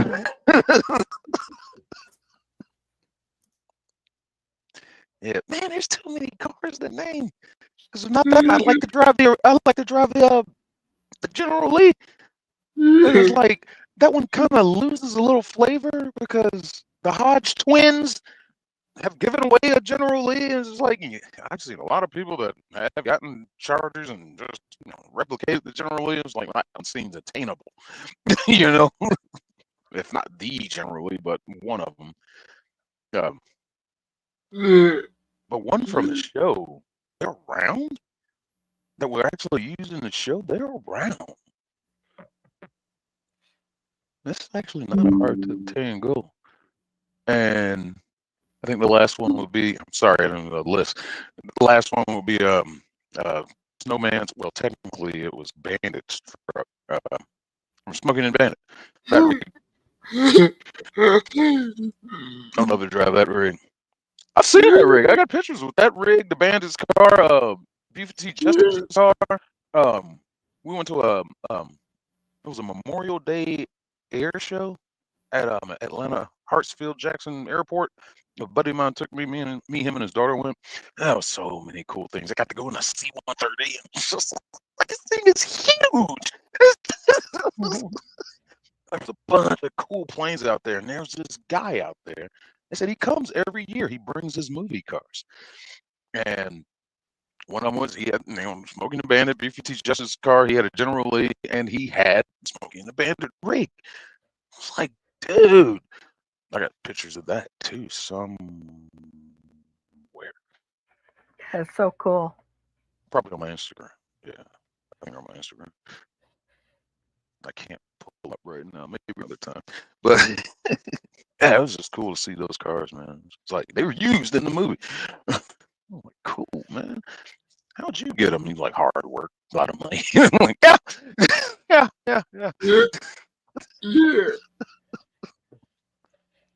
Oh, he had one more car too. He had Boss Hogg's car from Dukes that has it too. Yeah, that one. Yeah. All right, I'm done. I'll drive all of them. All right, I'm good.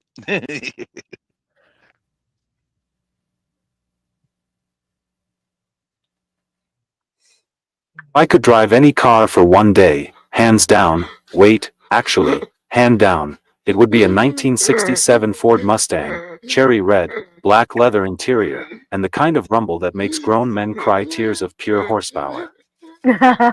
Twist. I'd take it on Route 66, that classic stretch of American asphalt that practically begs for cool sunglasses, rolled down windows, and poor life decisions involving roadside diners.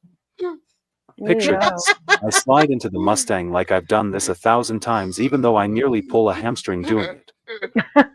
The engine. It growls like a caged lion with a nicotine addiction. Feeling like James Dean, until my right arm decides to spaz out like it's on a sugar high from a six-pack of Red Bull. 1 minute I'm adjusting the rearview mirror, the next I'm flashing my headlights at a biker gang, honking the horn to a herd of cows, and turning on the windshield wipers in broad daylight. Trying to cruise cool and low on the highway, but my arms flailing like it's leading an emergency interpretive dance team. People are passing me, trying to figure out if I'm in distress or just aggressively vibing. At one point I accidentally shift into neutral, punch the glove box open, and throw my soda all in one motion like I'm starring in some low-budget action flick called Fast and the Flailing. But I push through. Route 66 rolls on, the Mustang purrs beneath me even if she's a little confused, and my right arm eventually tires out and accepts its fate, hanging out the window like it's taking a nap. I stop at a dusty little diner, walk in like I meant to almost crash into a cactus back there, and order a slice of pie like I just won a drag race against life. All said and done, I'd return that Mustang at the end of the day, covered in bugs, joy, and just a touch of arm-related chaos. But you better believe I'd Hey. whisper to her before I left, someday, baby. Someday, we're gonna do this again, with cruise control and duct tape. UP out. That's cute. Well, I thought you were going to say the Oscar Mayer Winnie Mobile, but all right. That works too.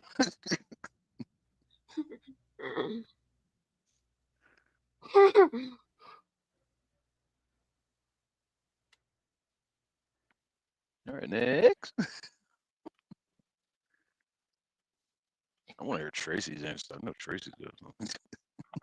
Okay. I pretty much thought it out. I don't know if it's necessarily a car, but I would find myself. See, I'm always curious about like RVing, so I'd get like a Boss RV and drive it around and take it camping or whatever I needed or wanted to do with it. Because I always think that they're so really cool. You get this tiny little bathroom with the shower and the sink and the toilet all in one spot. And then you have your tiny little kitchen and your tiny little living room and tiny little bed, you know. But I mean, I like how they show them with nowadays they have like fireplaces in them and, big screen TVs and closets and places for washing machines and stuff. So you don't have to do your laundry anywhere else. I just think it would be kind of fun because I like that kind of thing. Yeah, they've gotten real innovative with RVs over the years. I want a Boss one, real high tech, not like one from '75. You get one like what's his butt hat? Well, wait, he had it. I think Ice Cube owns it now. Will Smith had one. It was an 18-wheeler. And I think Ice Cube owns it now. They bought it from him. But yeah, that thing is immaculate. It's like 2 levels. Yeah, I just want to say I've been in one at least once, Yeah, I've never been in. I've seen the inside of them. I've never been in one. Like all the pop out stuff, they expand. It was just like, jeez. I like watching them on YouTube.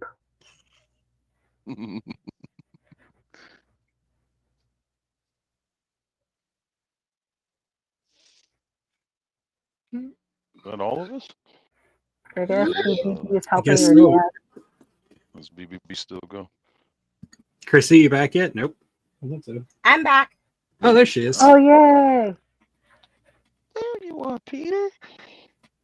Well, you have 2 questions to answer, I think, right? Oh, okay. Go ahead. Oh yeah, which was your favorite car?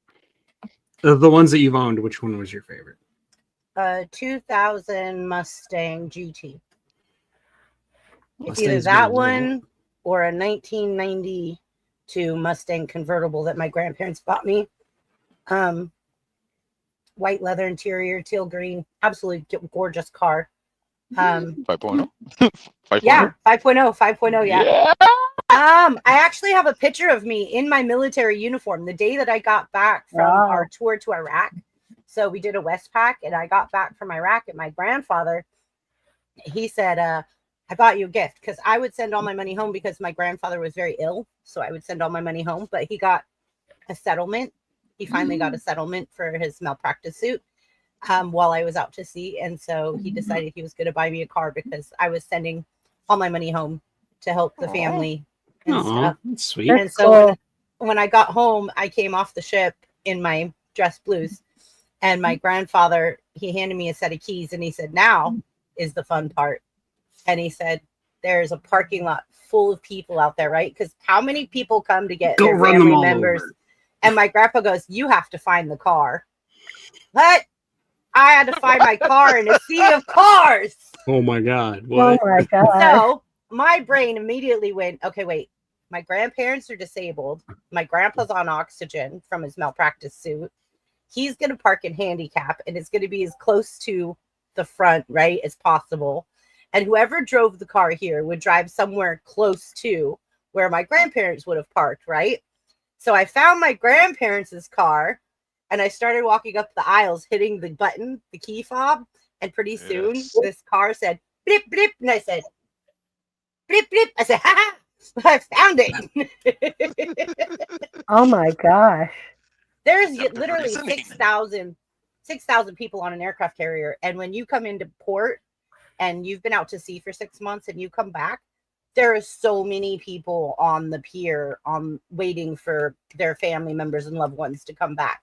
So it was insanity, like the ocean of cars. But let me see if I can find that picture real fast. It won't, and I'll share it with you guys. Cool. It was beautiful. Sounds nice. Yeah, it was. You can't really see too much of the car but it was me cheesing really big coming back from my first tour to Iraq, my Westpac, and Well, what John says, he'd like to drive a DeLorean. Yeah, you better hope it cranks when you turn the key. Those things Right? were notoriously DeLoreans are unreliable. terrible cars. Yeah. And make sure that you're not like parked in the middle between two cars. Otherwise, it won't Right. get out. Let me see. I'm gonna find this picture real fast. And they didn't even make that many. Oh, they made a lot of them. Didn't sell that many. Yeah, true. See those cars that look like. There's a I'm sorry. great documentary on Netflix about him and that whole escapade. And like you know, to get near the end, they show like this gigantic lot full of them that didn't sell because it was like after he got arrested, then the DeLorean just went downhill. It's just like, jeez, man. I thought I was gonna kill myself in that Mustang, boy. Let me tell you. One time, I went home because I only live 2 hours north of San Francisco, and that's where I was stationed in Alameda. And so I was driving home, and my dad said he was going to ride back to the pier with me to check in from my leave, and he was going to ride back with me, but it was a Friday, so then I just got to check in, so I wasn't UA, and then I got to turn around and come back home for the weekend. And so my dad said he had white knuckle syndrome. We made a 2-hour drive in like an hour and 45 minutes from our house to the pier. Yeah. That 5.0 was badass. Anybody here like classic car shows? I love classic car shows. Yeah, they're Yeah, fun. absolutely. Yeah, I do too. Okay, Cars according- just have a beauty. According to a quick Google search, I don't know how reliable this is, but a quick Google search tells me that they made about 9,000 of them. And as of 2015, there are still 6,000 of them on the road. Wow. Wow. Huh. That's interesting. I did not know that. I think I've only seen one in person, and it was actually for sale at like this used car lot somewhere on a back road in Illinois. And I had to do a double take, and I tried to pull over, and I was just like, I had nowhere to pull over. I'm like, I want to know how much you want for it. I was curious. That thing was sitting on a trailer. Never try to drive. Let me see.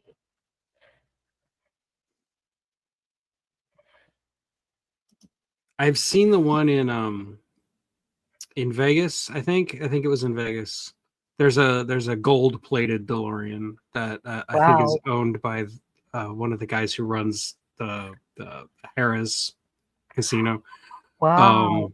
And it's really cool looking. It's just like a gold DeLorean. It just looks cool. I doubt it actually works very well. Oh man, there's a guy in Japan. I forget this dude's name. I saw a story about him, but he took one and he has a black one and he set it up like a drift car, like a straight up Japanese drift car. And of course, he yanked the motor out and put like a Toyota 2JZ in it. Something. Wow. But he worked on that car forever just to do the conversion alone. Have you guys seen that one car that looks like kind of like a tank, sort of? It's kind of like newish too, and it's like 100 something K.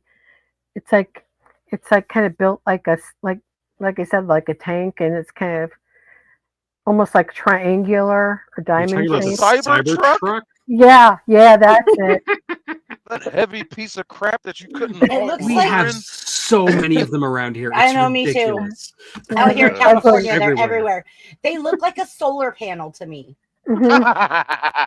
Yeah, I We've got see one those, that I'm some like, guy drives God. around here that's like covered in camo paint. It looks so Oh stupid. God.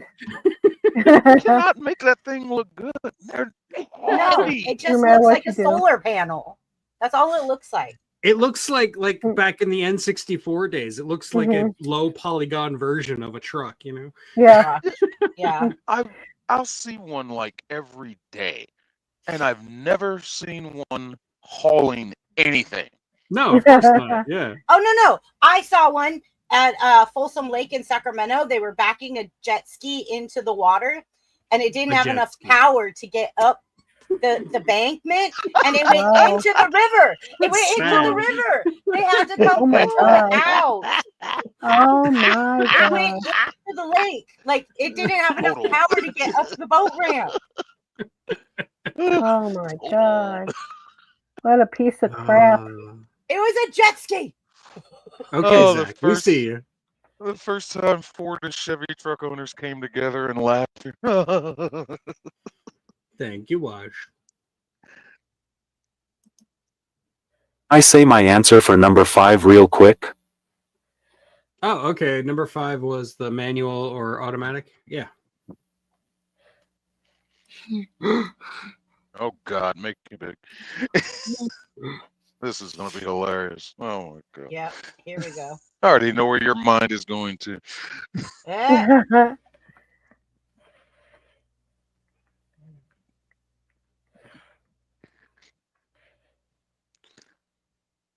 Oh, come on now. Don't build up the suspicion.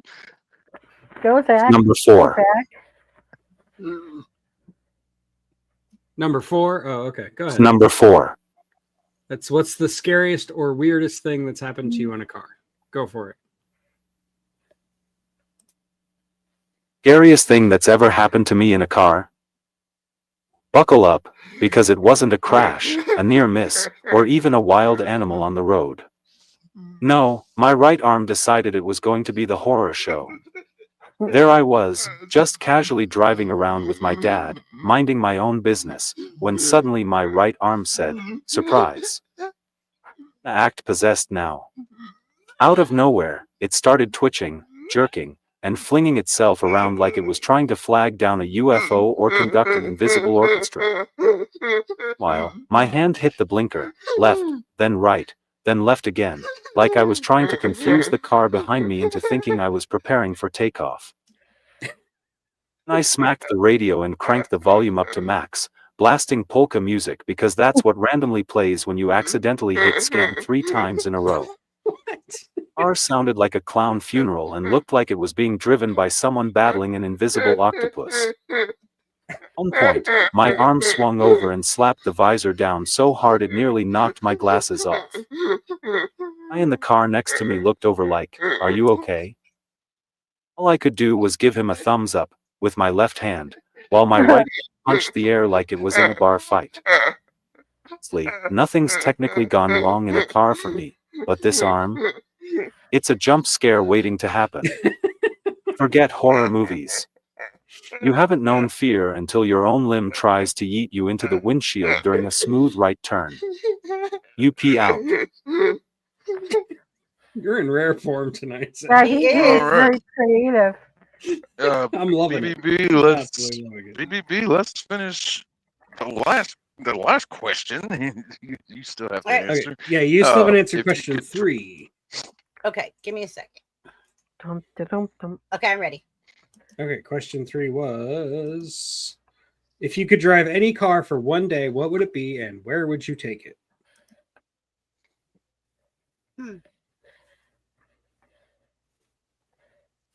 Real car, movie car, TV car, go for it.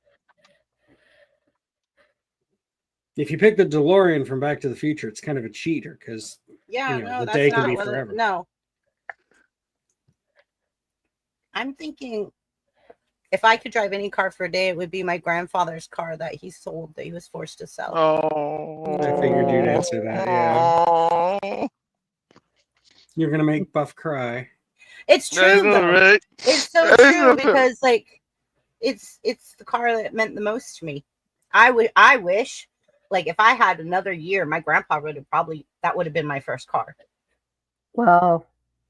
He probably would have gave it to me as my first car. Gosh, Maybe. too bad. Maybe not. He might have thought I might got killed in it. No. But anyways, I do have some more pictures to show you guys. Let me get those ready. I did find that picture I was telling you guys about me coming back from Iraq. Oh, you found it? In that car. So Oh, cool. I found it.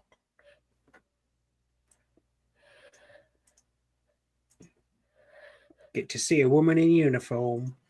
Oh, wow. Yay! There's So 19-year-old happy. BBB. 19-year-old BBB. 19-year-old, you look so cute. Is that leather? Yep, white leather. Wow. Wow. Is that a hatchback? I mean, or No, it's a convertible. Convertible? GT 5.0. Top Wow. Yeah. Fox body 5.0. It Yeah, was so cool. badass. Yeah, it was teal green metallic, like a aqua teal green metallic. It was very pretty. I love that car. You still have the same smile too. That's nice. Yeah. Yeah. You look so professional. Here you go. I'll show you another one. Bam. Wow. That was in the berthing, in the sleeping area. You could see the bunks and everything behind me in the lockers. Wow. But that was me at 19. My nickname was Demi because A Few Good Men just came out, Of and everybody course, would yep. call me Demi. All right, and then I have some more. Oh, and I heard you guys talking about RVs. Yeah, I love them.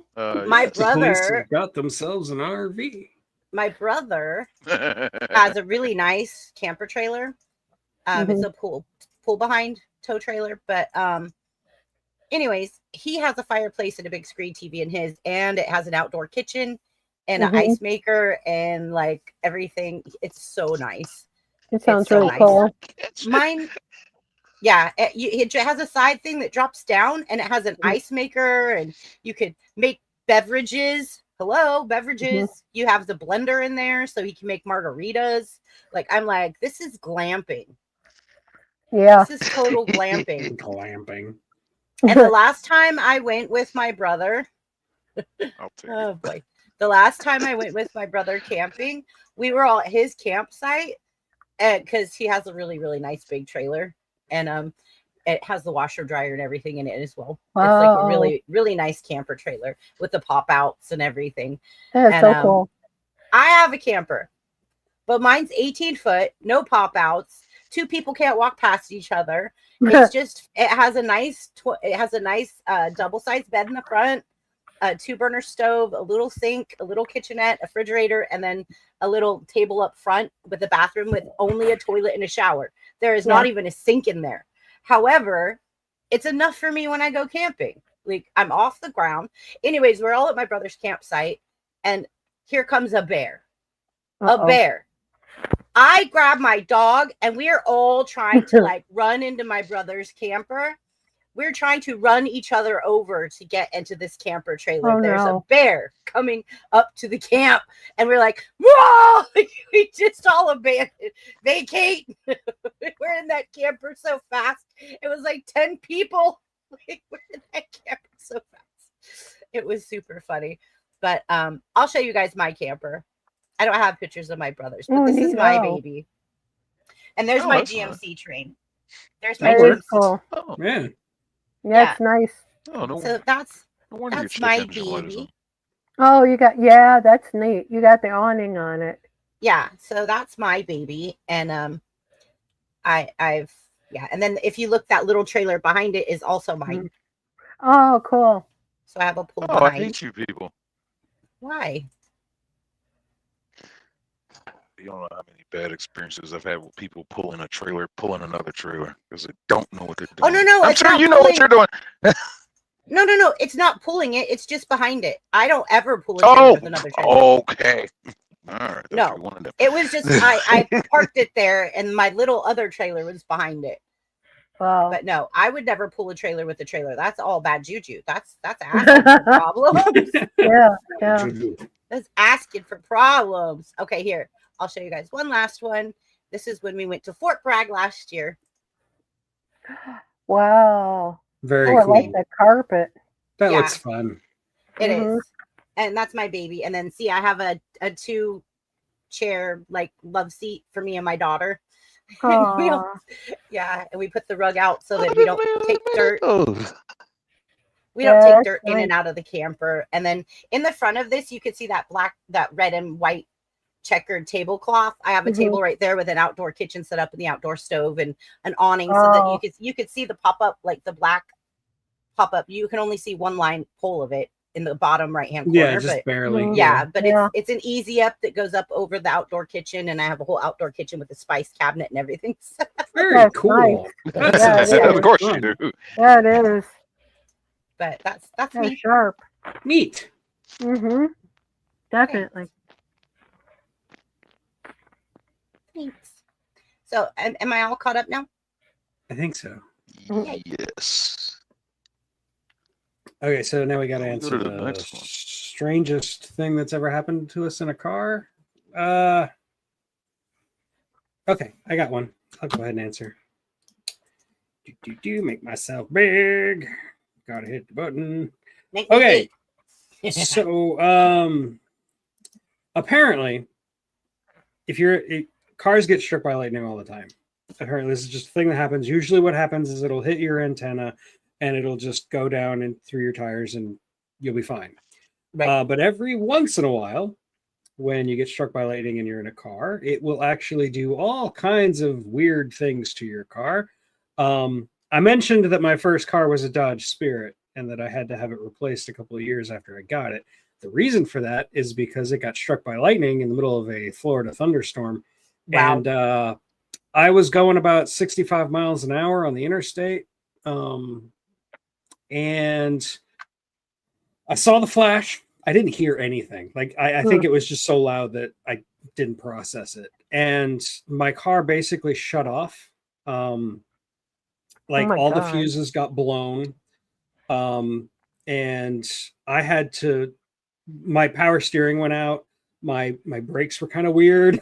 And you know, it's a thunderstorm. I'm going 65 miles an hour. My car is basically shut off. And so I have to pull over as best I can. And when I finally do, and I get out of the car and I look and I see what happened, there's this big freaking black hole in the hood of my car. Oh no. Like it had like struck right into the engine block and it had fried everything. Oh my Oh, it god. didn't hit your antenna. It did not hit the antenna. It hit the front end of the car and it demolished it. It melted things. It was insane. Apparently, it's like a 1 in a million chance that can happen to you. I had no idea. And yeah, we opened up the fuse box. All the fuses were blown. You know, parts of the engine melted on. That car was done. It was just done. There was nothing. It was not salvageable. And so yeah, that's when I got my Dodge Neon. That is the weirdest, most bizarre thing that ever happened to me in a car. And ironically enough, it's not the only time I've been struck by lightning. So, Wow. Maybe there's just something about you. You got that magnetic force around you. I think it's a static cling in your underwear tug. So You're yeah, lucky It's you- electrifying. Yeah, I it was was about to say. so wild too, because like it hit the front of my car, right? And I'm driving and I actually like saw it. I could see like the streak. And then it was just blinding white light after that. And like I said, I didn't hear anything. I swear I heard nothing. So weird. Anyway, that's my Wow. story. You got struck by lightning how many times? Well, twice, and both times it was indirect. I've never been directly struck by lightning. I was about to say. Yeah. That's hard to survive. Stay out of yeah, thunderstorms. but you could get a nice burn on your ass. But yeah, I was have an also uncle. I was camping in Florida, and I got the utility shelter that we were holed up in got struck by lightning, and Oh God. my whole left side went numb. Oh, Like I Oh my freaked out. God. I thought like something had broken. Like I thought I was broken from lightning. But like an hour later, it all came back. It was one of the freakiest physical experiences I've ever had. Because I was sitting on a metal bench in the utility shelter that got struck by lightning, and I got all kinds of shocked. I felt like I had drank a 6-pack of Red Bull in like 3 seconds. I was yeah. oh my God. Yeah. I had an indirect strike once. It hit my bike though. Oh, You know, ouch. that was like years ago. It was probably like 87. Standing outside my apartment complex. It was a little dark, and I was talking to one of my mom's friends. I don't know. He always liked to talk to me, whatever. Just hang out. He would fix my bike for me if anything messed up on it. It's a little huffy, and it's sitting off to the side, and we're just standing over here talking. And sure enough, a bolt of lightning hit that damn bike. That bike was done. Yeah. But that Ah, what you were saying though, that flash, It's I indescribable. don't hear it. I Yeah. didn't hear it. I heard that crack a little later from the thunder afterward, but we're still in shock. I was like, wow. Like, that bike was done. He bought me a new bike. oh wow. It was cool. It was just like, well, that was crazy. The ground was just black and scorched from where it hit to. And I was just like, man. Yeah, I remember when I saw that hole in my car, and it was like smoking. It looked like something out of like a cartoon. It didn't look real. It totally did not look real to me. That's scary. I think I pooped my pants. I would have done it and died afterwards. Yeah, I think I would have probably had a cardiac arrest. It's me. I would have one too. I was numb from shock, really. It was, well, that's weird. That's my basic Takes reaction. you by surprise. I got some answers. Go for it. Scariest? Well, hitting that Suburban head on in my show car. I'll do it. Just one of them. That and 3 incidents I've had where I've lost control of this 18 or a 18-wheeler sliding on ice. So I've had 2 jackknifes that I was able to recover from, and one where I'm sliding off slowly to the median because Alabama doesn't know how to treat their roads when winter weather comes through. But I saved it. But it's just nerve-wracking. It's scary, diff grip on the steering wheel. But the worst one would be a couple months ago. I shared the video on my stream the best I could. I'm going through Nashville on 24, headed east, and it's 1, 2, 3, 4. Give or take 4 lanes, with the 5th one to the right being exits onlys now and then, but whatever. I'm off in the about in the middle lane, and car in front of me, decent distance ahead, about truck and a half, and a pickup truck in front of them, and I saw something fall off the back of that pickup truck, and I saw parts fly from. I'm just like, okay, left, right, I can't go anywhere, and I'm like, okay, I'm gonna start gradually slowing down, gauging my distance, and I think the car in front of me is gonna go ahead and change lanes. They started to, and then bailed on it and decided to slam on their brakes. So I'm kind of slowing down, and it was just like, oh shit! And I pulled a Blues Brothers moment when they're running from it's like that final car chase when they're running from Illinois at the bridge, the bridge that wasn't there. And Elwood slams both of his feet on the brakes. I did that. Oh God, that's hilarious. And it goes backwards. Oh shoot. We got these, we got these radar systems in the front of our trucks now that are built for that, for immediate stopping. So that thing just starts screaming. I'm like, oh, come on, stop. I'm still looking to see if I can swerve out the way. Nowhere to go. And she stopped right at that bumper of that car in front of me from, Jesus, I was doing probably about 60, 55, and just came to a stop, complete stop in about 2.5 seconds. And I was just like, it works. It works because I've always had one of my jackknifes caused because of that system. It's all bridge. I'm driving through North Carolina. It's all bridge. And it locks the brakes. The trailer brakes were already tricky. So it locks up the trailer brakes, and that trailer just started sliding into the left lane. Oh And there my were cars God. over there too. And I'm looking in the mirror, and I just watch these people swerve out the way. I'm like, hey, son of a... So I corrected it. And but that one right there, I thought I was hitting that car. I was like, well, there's my first accident ever in 18-wheel. Oh, she stopped. And it was just like, yeah, inches. And the truck shut off. This is about 3:30, 4 o'clock in Nashville. There's traffic. So I'm like, oh, gosh, I got to crank the truck back up. Why did the truck cut off? Why'd you do that? People are coming up and slamming behind me. I'm like, God, throw my hazard lights on and let me get out the way. And I can hear guys screaming on the CB. What the hell are you doing?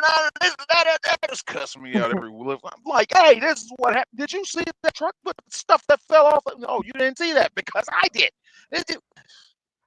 And a couple guys came to my defense. They were like, yeah, there was something in the middle of the road there.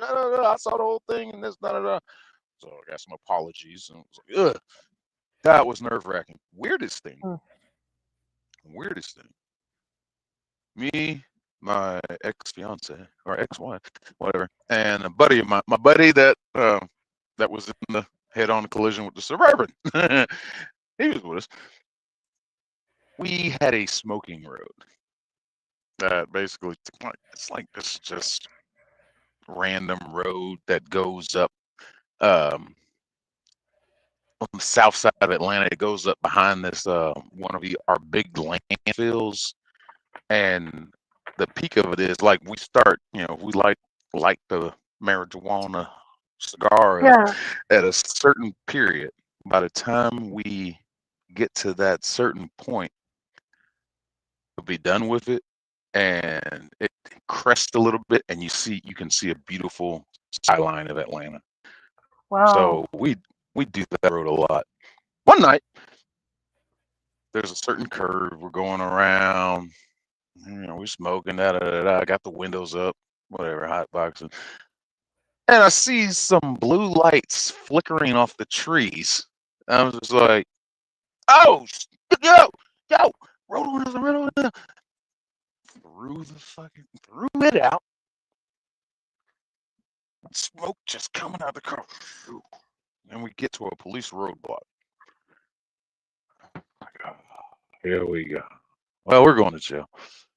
Get up to the roadblock. Get up to the cop. There's still some smoke coming out the car. Still. And the dude is like, hey, how you doing tonight? Yeah, license and insurance. So I had this little I can show you what the thing looks like. Where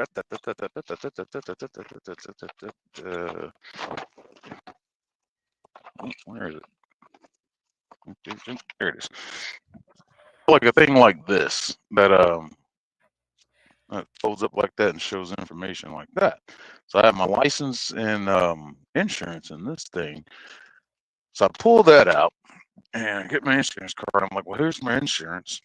And I grabbed my license and I was like, well, here's my insurance and here's my insurance. And then I realized what I said. I was like, oh shit. I said insurance twice. No. So I went ahead and undid my seatbelt. I was just like, he's gonna tell me about the car. And he looks at it and he's just like, all right. Go on. And it was like, I'm sorry, don't you detect the presence of marijuana? You could have kept on, it just went. You know, it's like, we got down the road. Me and my ex-wife were just laughing. It was like, how did that happen? How did he not? I don't know. My buddy's in the back seat, Danny. freaking the hell out. Man, that was cool, man. We was gonna go to jail, man. Was like, but we didn't. Chill out. It just, my ex-wife rolled up another one and went on back home. And just like, no, we should have jail that night. But I don't know. I guess they were looking for somebody. And that's the only thing I can assume. They were looking for somebody. I don't know. Because he didn't, they didn't go run the information. He just looked at it and was just like, all right, then you're not who we're looking for, I guess. I don't know. But I lost a friend, a good friend, over that same kind of roadblock. This guy, I used to do radio with him, YouTube shows with him, or Facebook shows with him. He owned a truck shop. He's not a trucker himself, but he owned a truck repair shop. So me and him bonded over that. We met years ago. And this guy was all about comply. Please pull you over, man. Just comply. That's all you got to do. Just comply. This idiot went to jail because he didn't comply at the same similar roadblock in the same city, in the same county, whatever, the same area, territory. I don't know who has jurisdiction out there, but the same police department. He went to jail because is at a roadblock. He refused to show him his driver's license. Well, he's videotaping it too. Well, I don't do that. Have I been suspected of a crime? I was like, what are you doing? He posted it too. It was like, aren't you the one that says comply? Sorry, I'm going off track. Anyway, that's another story for another time. I'm done.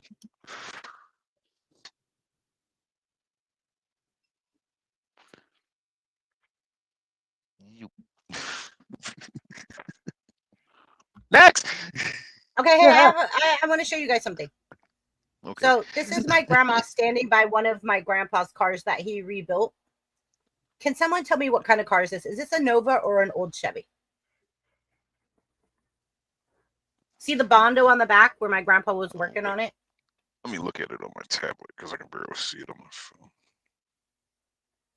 It looks like a Mustang. Yeah, I don't know, and that's one of the Yeah, things. those that are bugs me like because that's like Mustang style hood caps.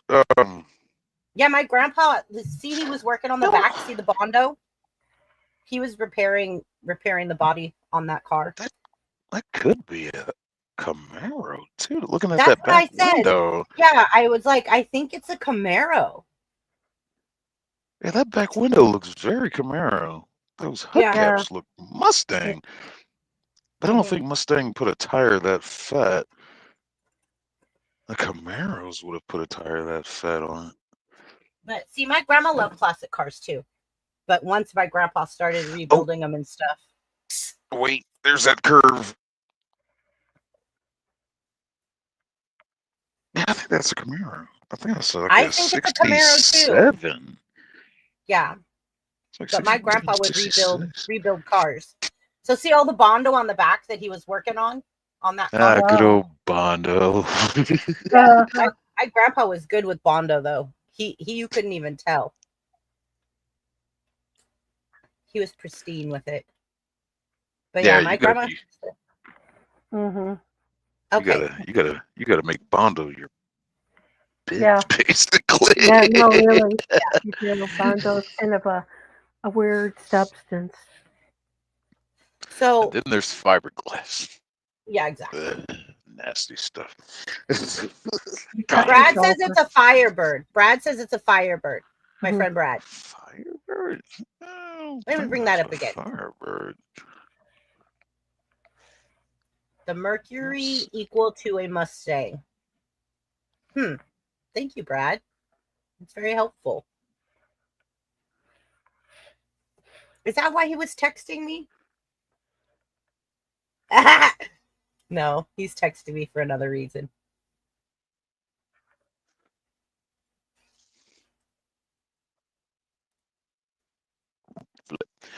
There we go. All right. He says it's a Thunderbird. That's not a Thunderbird. Thunderbirds weren't that I don't know, square. Brad knows a lot. He's very intelligent. Now remember I told you guys, besides this car, my 5.0 that I got when I come home from my first tour to Iraq, that was my favorite car. But I told you guys I also had a Mustang. That's my BB. Oh, wow. That is pretty. I like that Yeah. color a It is lot. nice. Yeah, It's called Sonic Blue. Oh, wow. And I used to pick my daughter up from school in it, and she would yell at me when she would get in the car, like, you have a booming stereo system. You better roll into this parking lot, blasting it so people could hear you. Well, yeah. Because I had the Panasonic or Pioneer, the Pioneer deck that had like the mermaids on it and stuff. That Do you remember car was that? that car was a 66 Mustang. Okay. So this car I called the Blue Genie. It looks brand new. That is so nice. It was Yeah. the Blue Genie. And it was my BB. I bought it. It was the first brand new car I ever bought. It wasn't used when I bought it. It was brand new. I seen it. It was up on one of those racks that you have at the car lots that like it was like kind of up in the air on one of those racks. And I drove Showcase past car. it. Yeah, and I drove past it and I said I want that car. And so I went home and I told my grandpa, I said, Pappy, there, and I at the time I was driving a 98 Mustang Candy Apple Red, right? And I said to my grandfather, I said, Pappy, there's this car that I want really bad. And he goes, well, let's go look at it. And I said, really? And he goes, yeah, let's go look at it. And I'm like, oh, are you kidding me? And he goes, no, let's go look at it. And so we drove over to the car lot, and I drove that car home that day. Wow. My grandpa was not going to let me leave that lot without that car. I'm glad you had Oh, my Grandpa God. with you to go through all that with. Yeah, and they gave us a bid, and my grandfather was like, nope, we're going to walk out of this. We're going to walk out of here with it at this price or not at all. And they said, well, you drive a tough bargain. Let me go talk to the salespeople. And they come back. And then they were gone for about 20 minutes, and they came back and they said, well, Paul, you drive a hard bargain, but we found a way to make it work. We got it 2% over dealer cost. Wow. And my grandpa knew so much about cars. He knew exactly. He was like, nope, this is what they'll take. I know it. This is probably, he blue booked everything. Like he was so smart when it came to cars. But yeah, I left that day with this car. That's right. Looks Wish so I had a new. grandpa. And my daughter, she would get so excited when I would pick her up from school. Mom, make sure you blast the radio. Mom, make sure you come through the front part of the school. I don't want to have you outside and me walk to you. I want people to see this car. I'm like, Yeah, I'm on her side. She was in elementary school, and she was like, you need to come make sure people know, like, they see me get picked up in this car. Okay. I'm like, That's cute. it was one of her best childhood memories. She always Aw. talks about the Blue Genie. She's like, oh, and by the way, my grandfather had a philosophy that you had to learn how to drive a stick before you could drive an automatic. You had to learn how to drive a stick. Yeah. So most of my cars in my life have been stick shifts, except for my SUV now. It's an automatic, but most of my cars in my life have been stick shifts. This one was a 5-speed V8. Oh, It sounded beautiful. Anyways, I gotta do the math on that. Oh, that's a great question. Ratio. so when I bought my daughter her first car, she got a Honda Accord or Honda Civic. I got her a Yes. Honda Civic. Oh, I got her a Honda Civic, and it was stick shift. Wow. And I was tasked with teaching her Good for how to you. drive a stick shift. And guess what? She started rabbit gassing really bad in the parking lot of this place we were at, and I jumped out the car. Hmm. And she said, why you jump out of the car? You're supposed to be teaching me. What if I didn't know how to stop? I said, that was on you. I bailed. She was jerking us back and forth so bad. Oh my gosh. But eventually I taught her, and now today she drives a Ford. It's a Ford turbo, Ford something turbo. and it's a stick shift. But yeah, she likes her stick shifts like I did. That's cool. Yeah.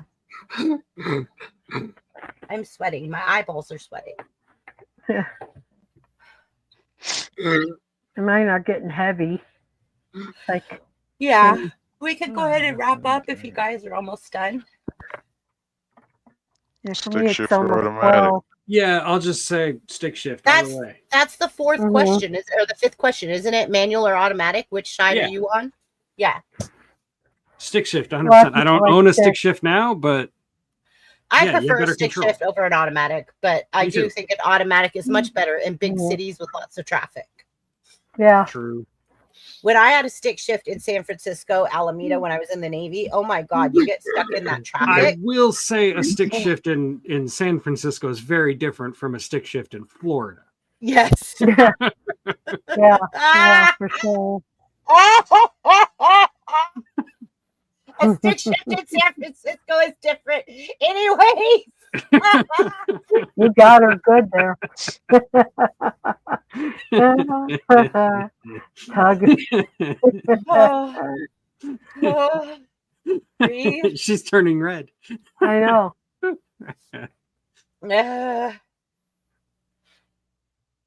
Sheesh. That was funny when it actually registered. I want to say manual, because let's be real, nothing screams cool and in control like shifting gears while cruising down the road, sunglasses on, hair blowing in the wind like you're in a car commercial shot in slow motion. Manual drivers have that I eat gravel for breakfast energy. They're gritty. Oh, the bite point. They can parallel park on a hill with one hand and a coffee in the other. And there's my right arm. I'd love to be on Team Manual, but my right arm would turn that into an Olympic sport called unintentional gearbox Jenga. Gear change would come with a bonus surprise. Will I downshift? I accidentally punch the dash?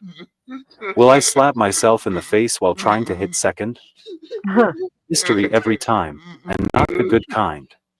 Clutch would probably retire mid-drive out of sheer stress. Oh, honestly, Attic. 100%. I need one hand for the wheel, one hand for damage control, and no hands reaching over to turn a peaceful drive into a mechanical mosh pit.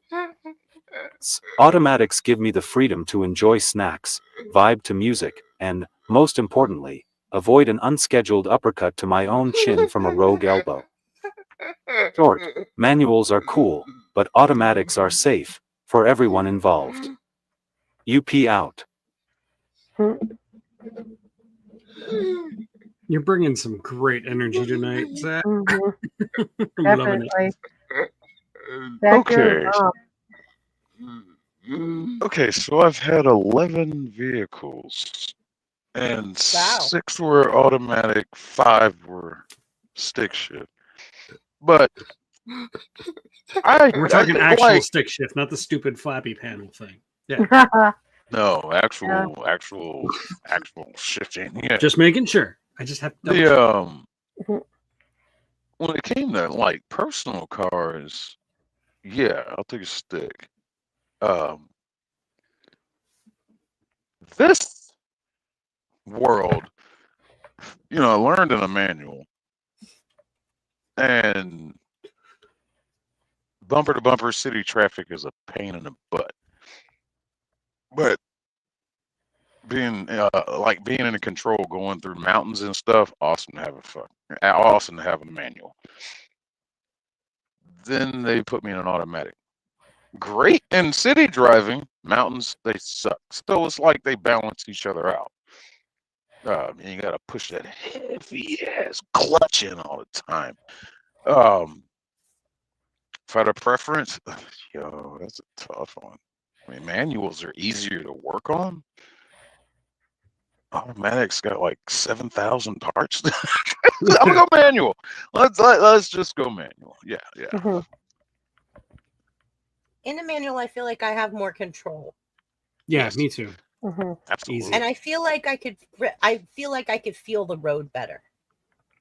Lots And people you say feel that. better. You feel more in tune with the car. I mean, there's just something about pushing down the clutch and Yeah. changing the gear yourself. It Mhm. just Yeah. makes you feel more sutured to the vehicle.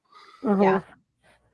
And like it's that moment that like some idiot rolls up next to you, blasting up their like engine, like thinking they're gonna whoop your ass, and you're like a 5.0 GT 5.0. You're like, yeah, watch me do this, and you could so easily spit out in a freaking you can't really do that too much in an automatic. I mean, you just floor it, I guess, but No, you gotta put it in neutral, rev it, and then drop it in the drive. That's what you do. Yeah. it's just so much easier in a manual. Possibly So much tear easier. up some crap. Yeah. Mhm. I know one time in that Mustang I showed you guys the picture of. No, actually, I think it was the red Mustang. It might have been my red Mustang, my 98. But anyways, I was in the Mustang. Since my grandparents bought me that Mustang when I was in the Navy, I had Mustangs up until my daughter got too big to fit in the back seat.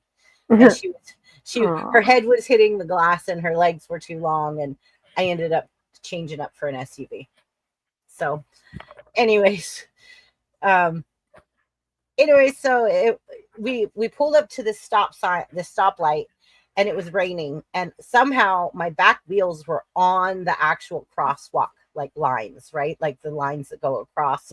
But when you're making a right turn, you have to kind of pull up sometimes so that you can see around the corner and like make the turn, right?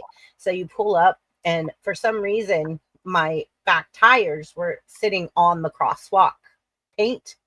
And so when I went to take off, my car spun out, like it burned out a little bit. And my daughter was in a car seat in the back, and she goes, "Easy, mom, easy, easy." Oh boy.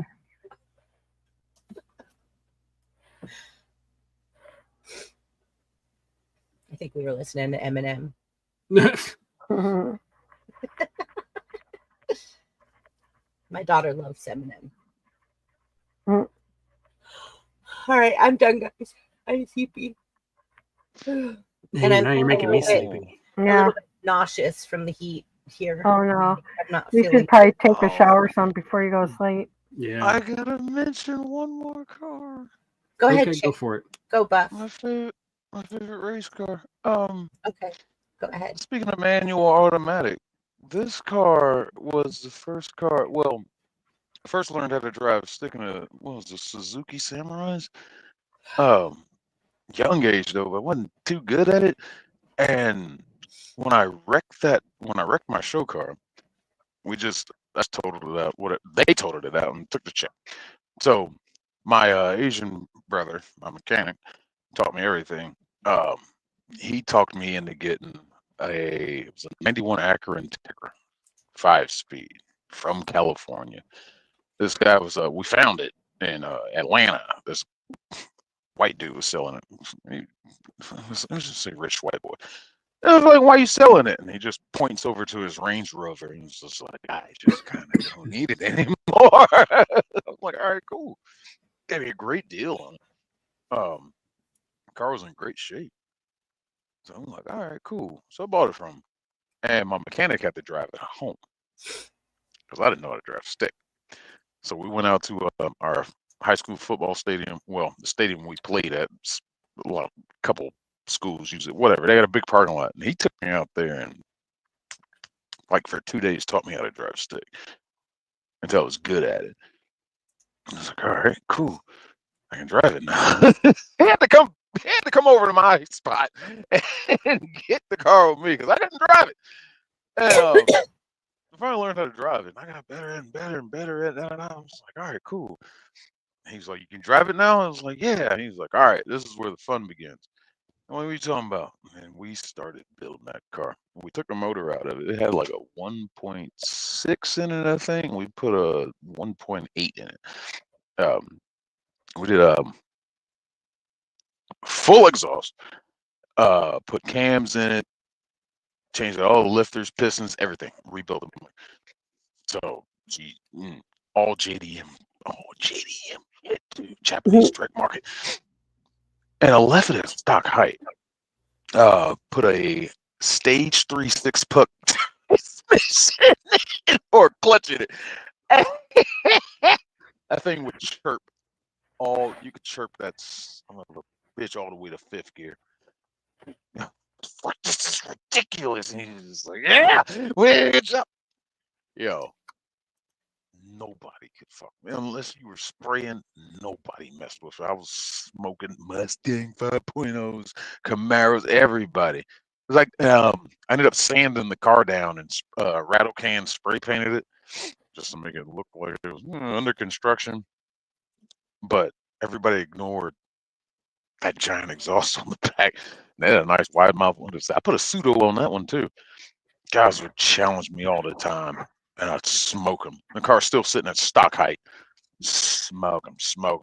Limo tent windows on it. It looked like Knight Rider. Oh my. I love that car. And I sold it to buy my second Accord station wagon. I regret that every day. But yeah. It was a car I learned how to drive stick proficiently. But yeah, anyway, I'm done. Everybody go to sleep.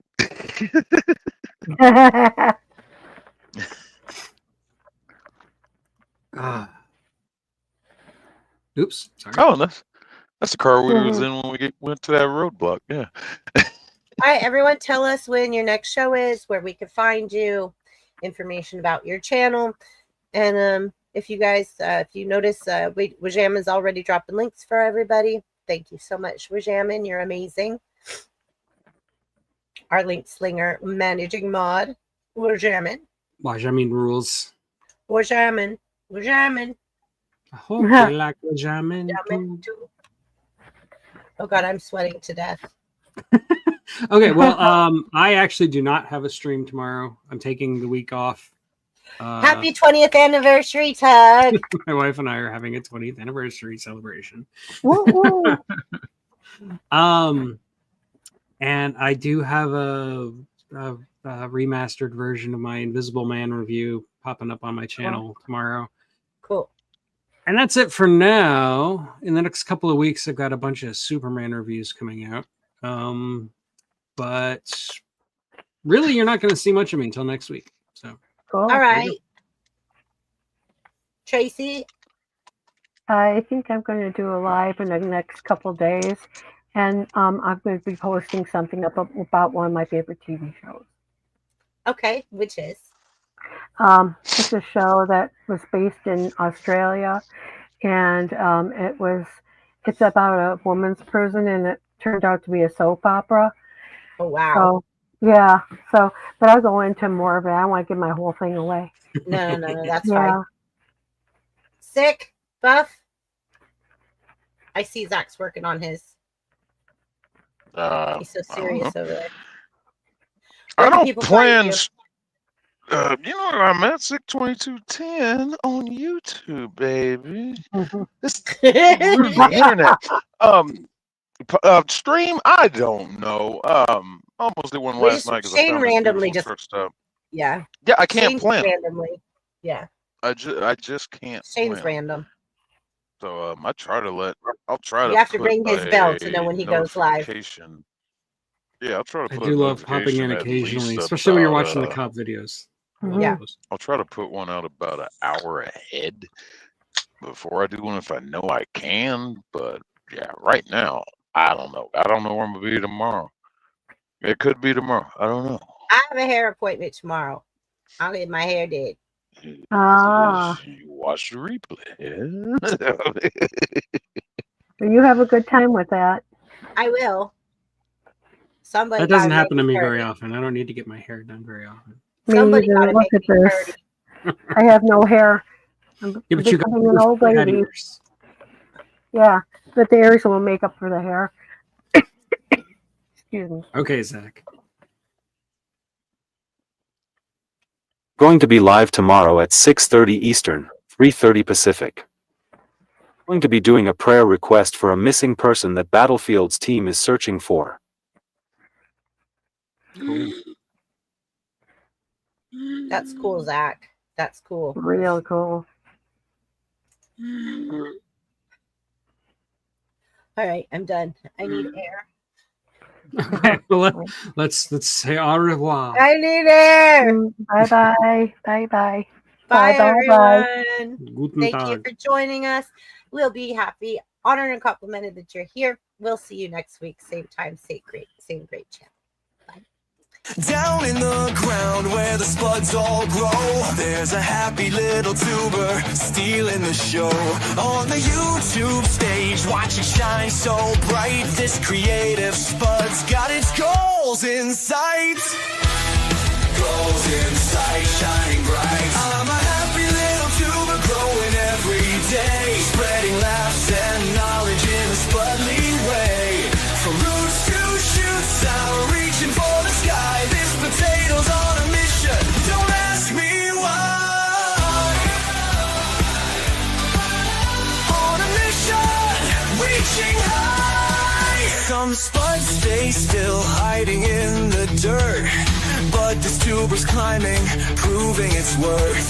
With every click and every share, this creative spud's energy is every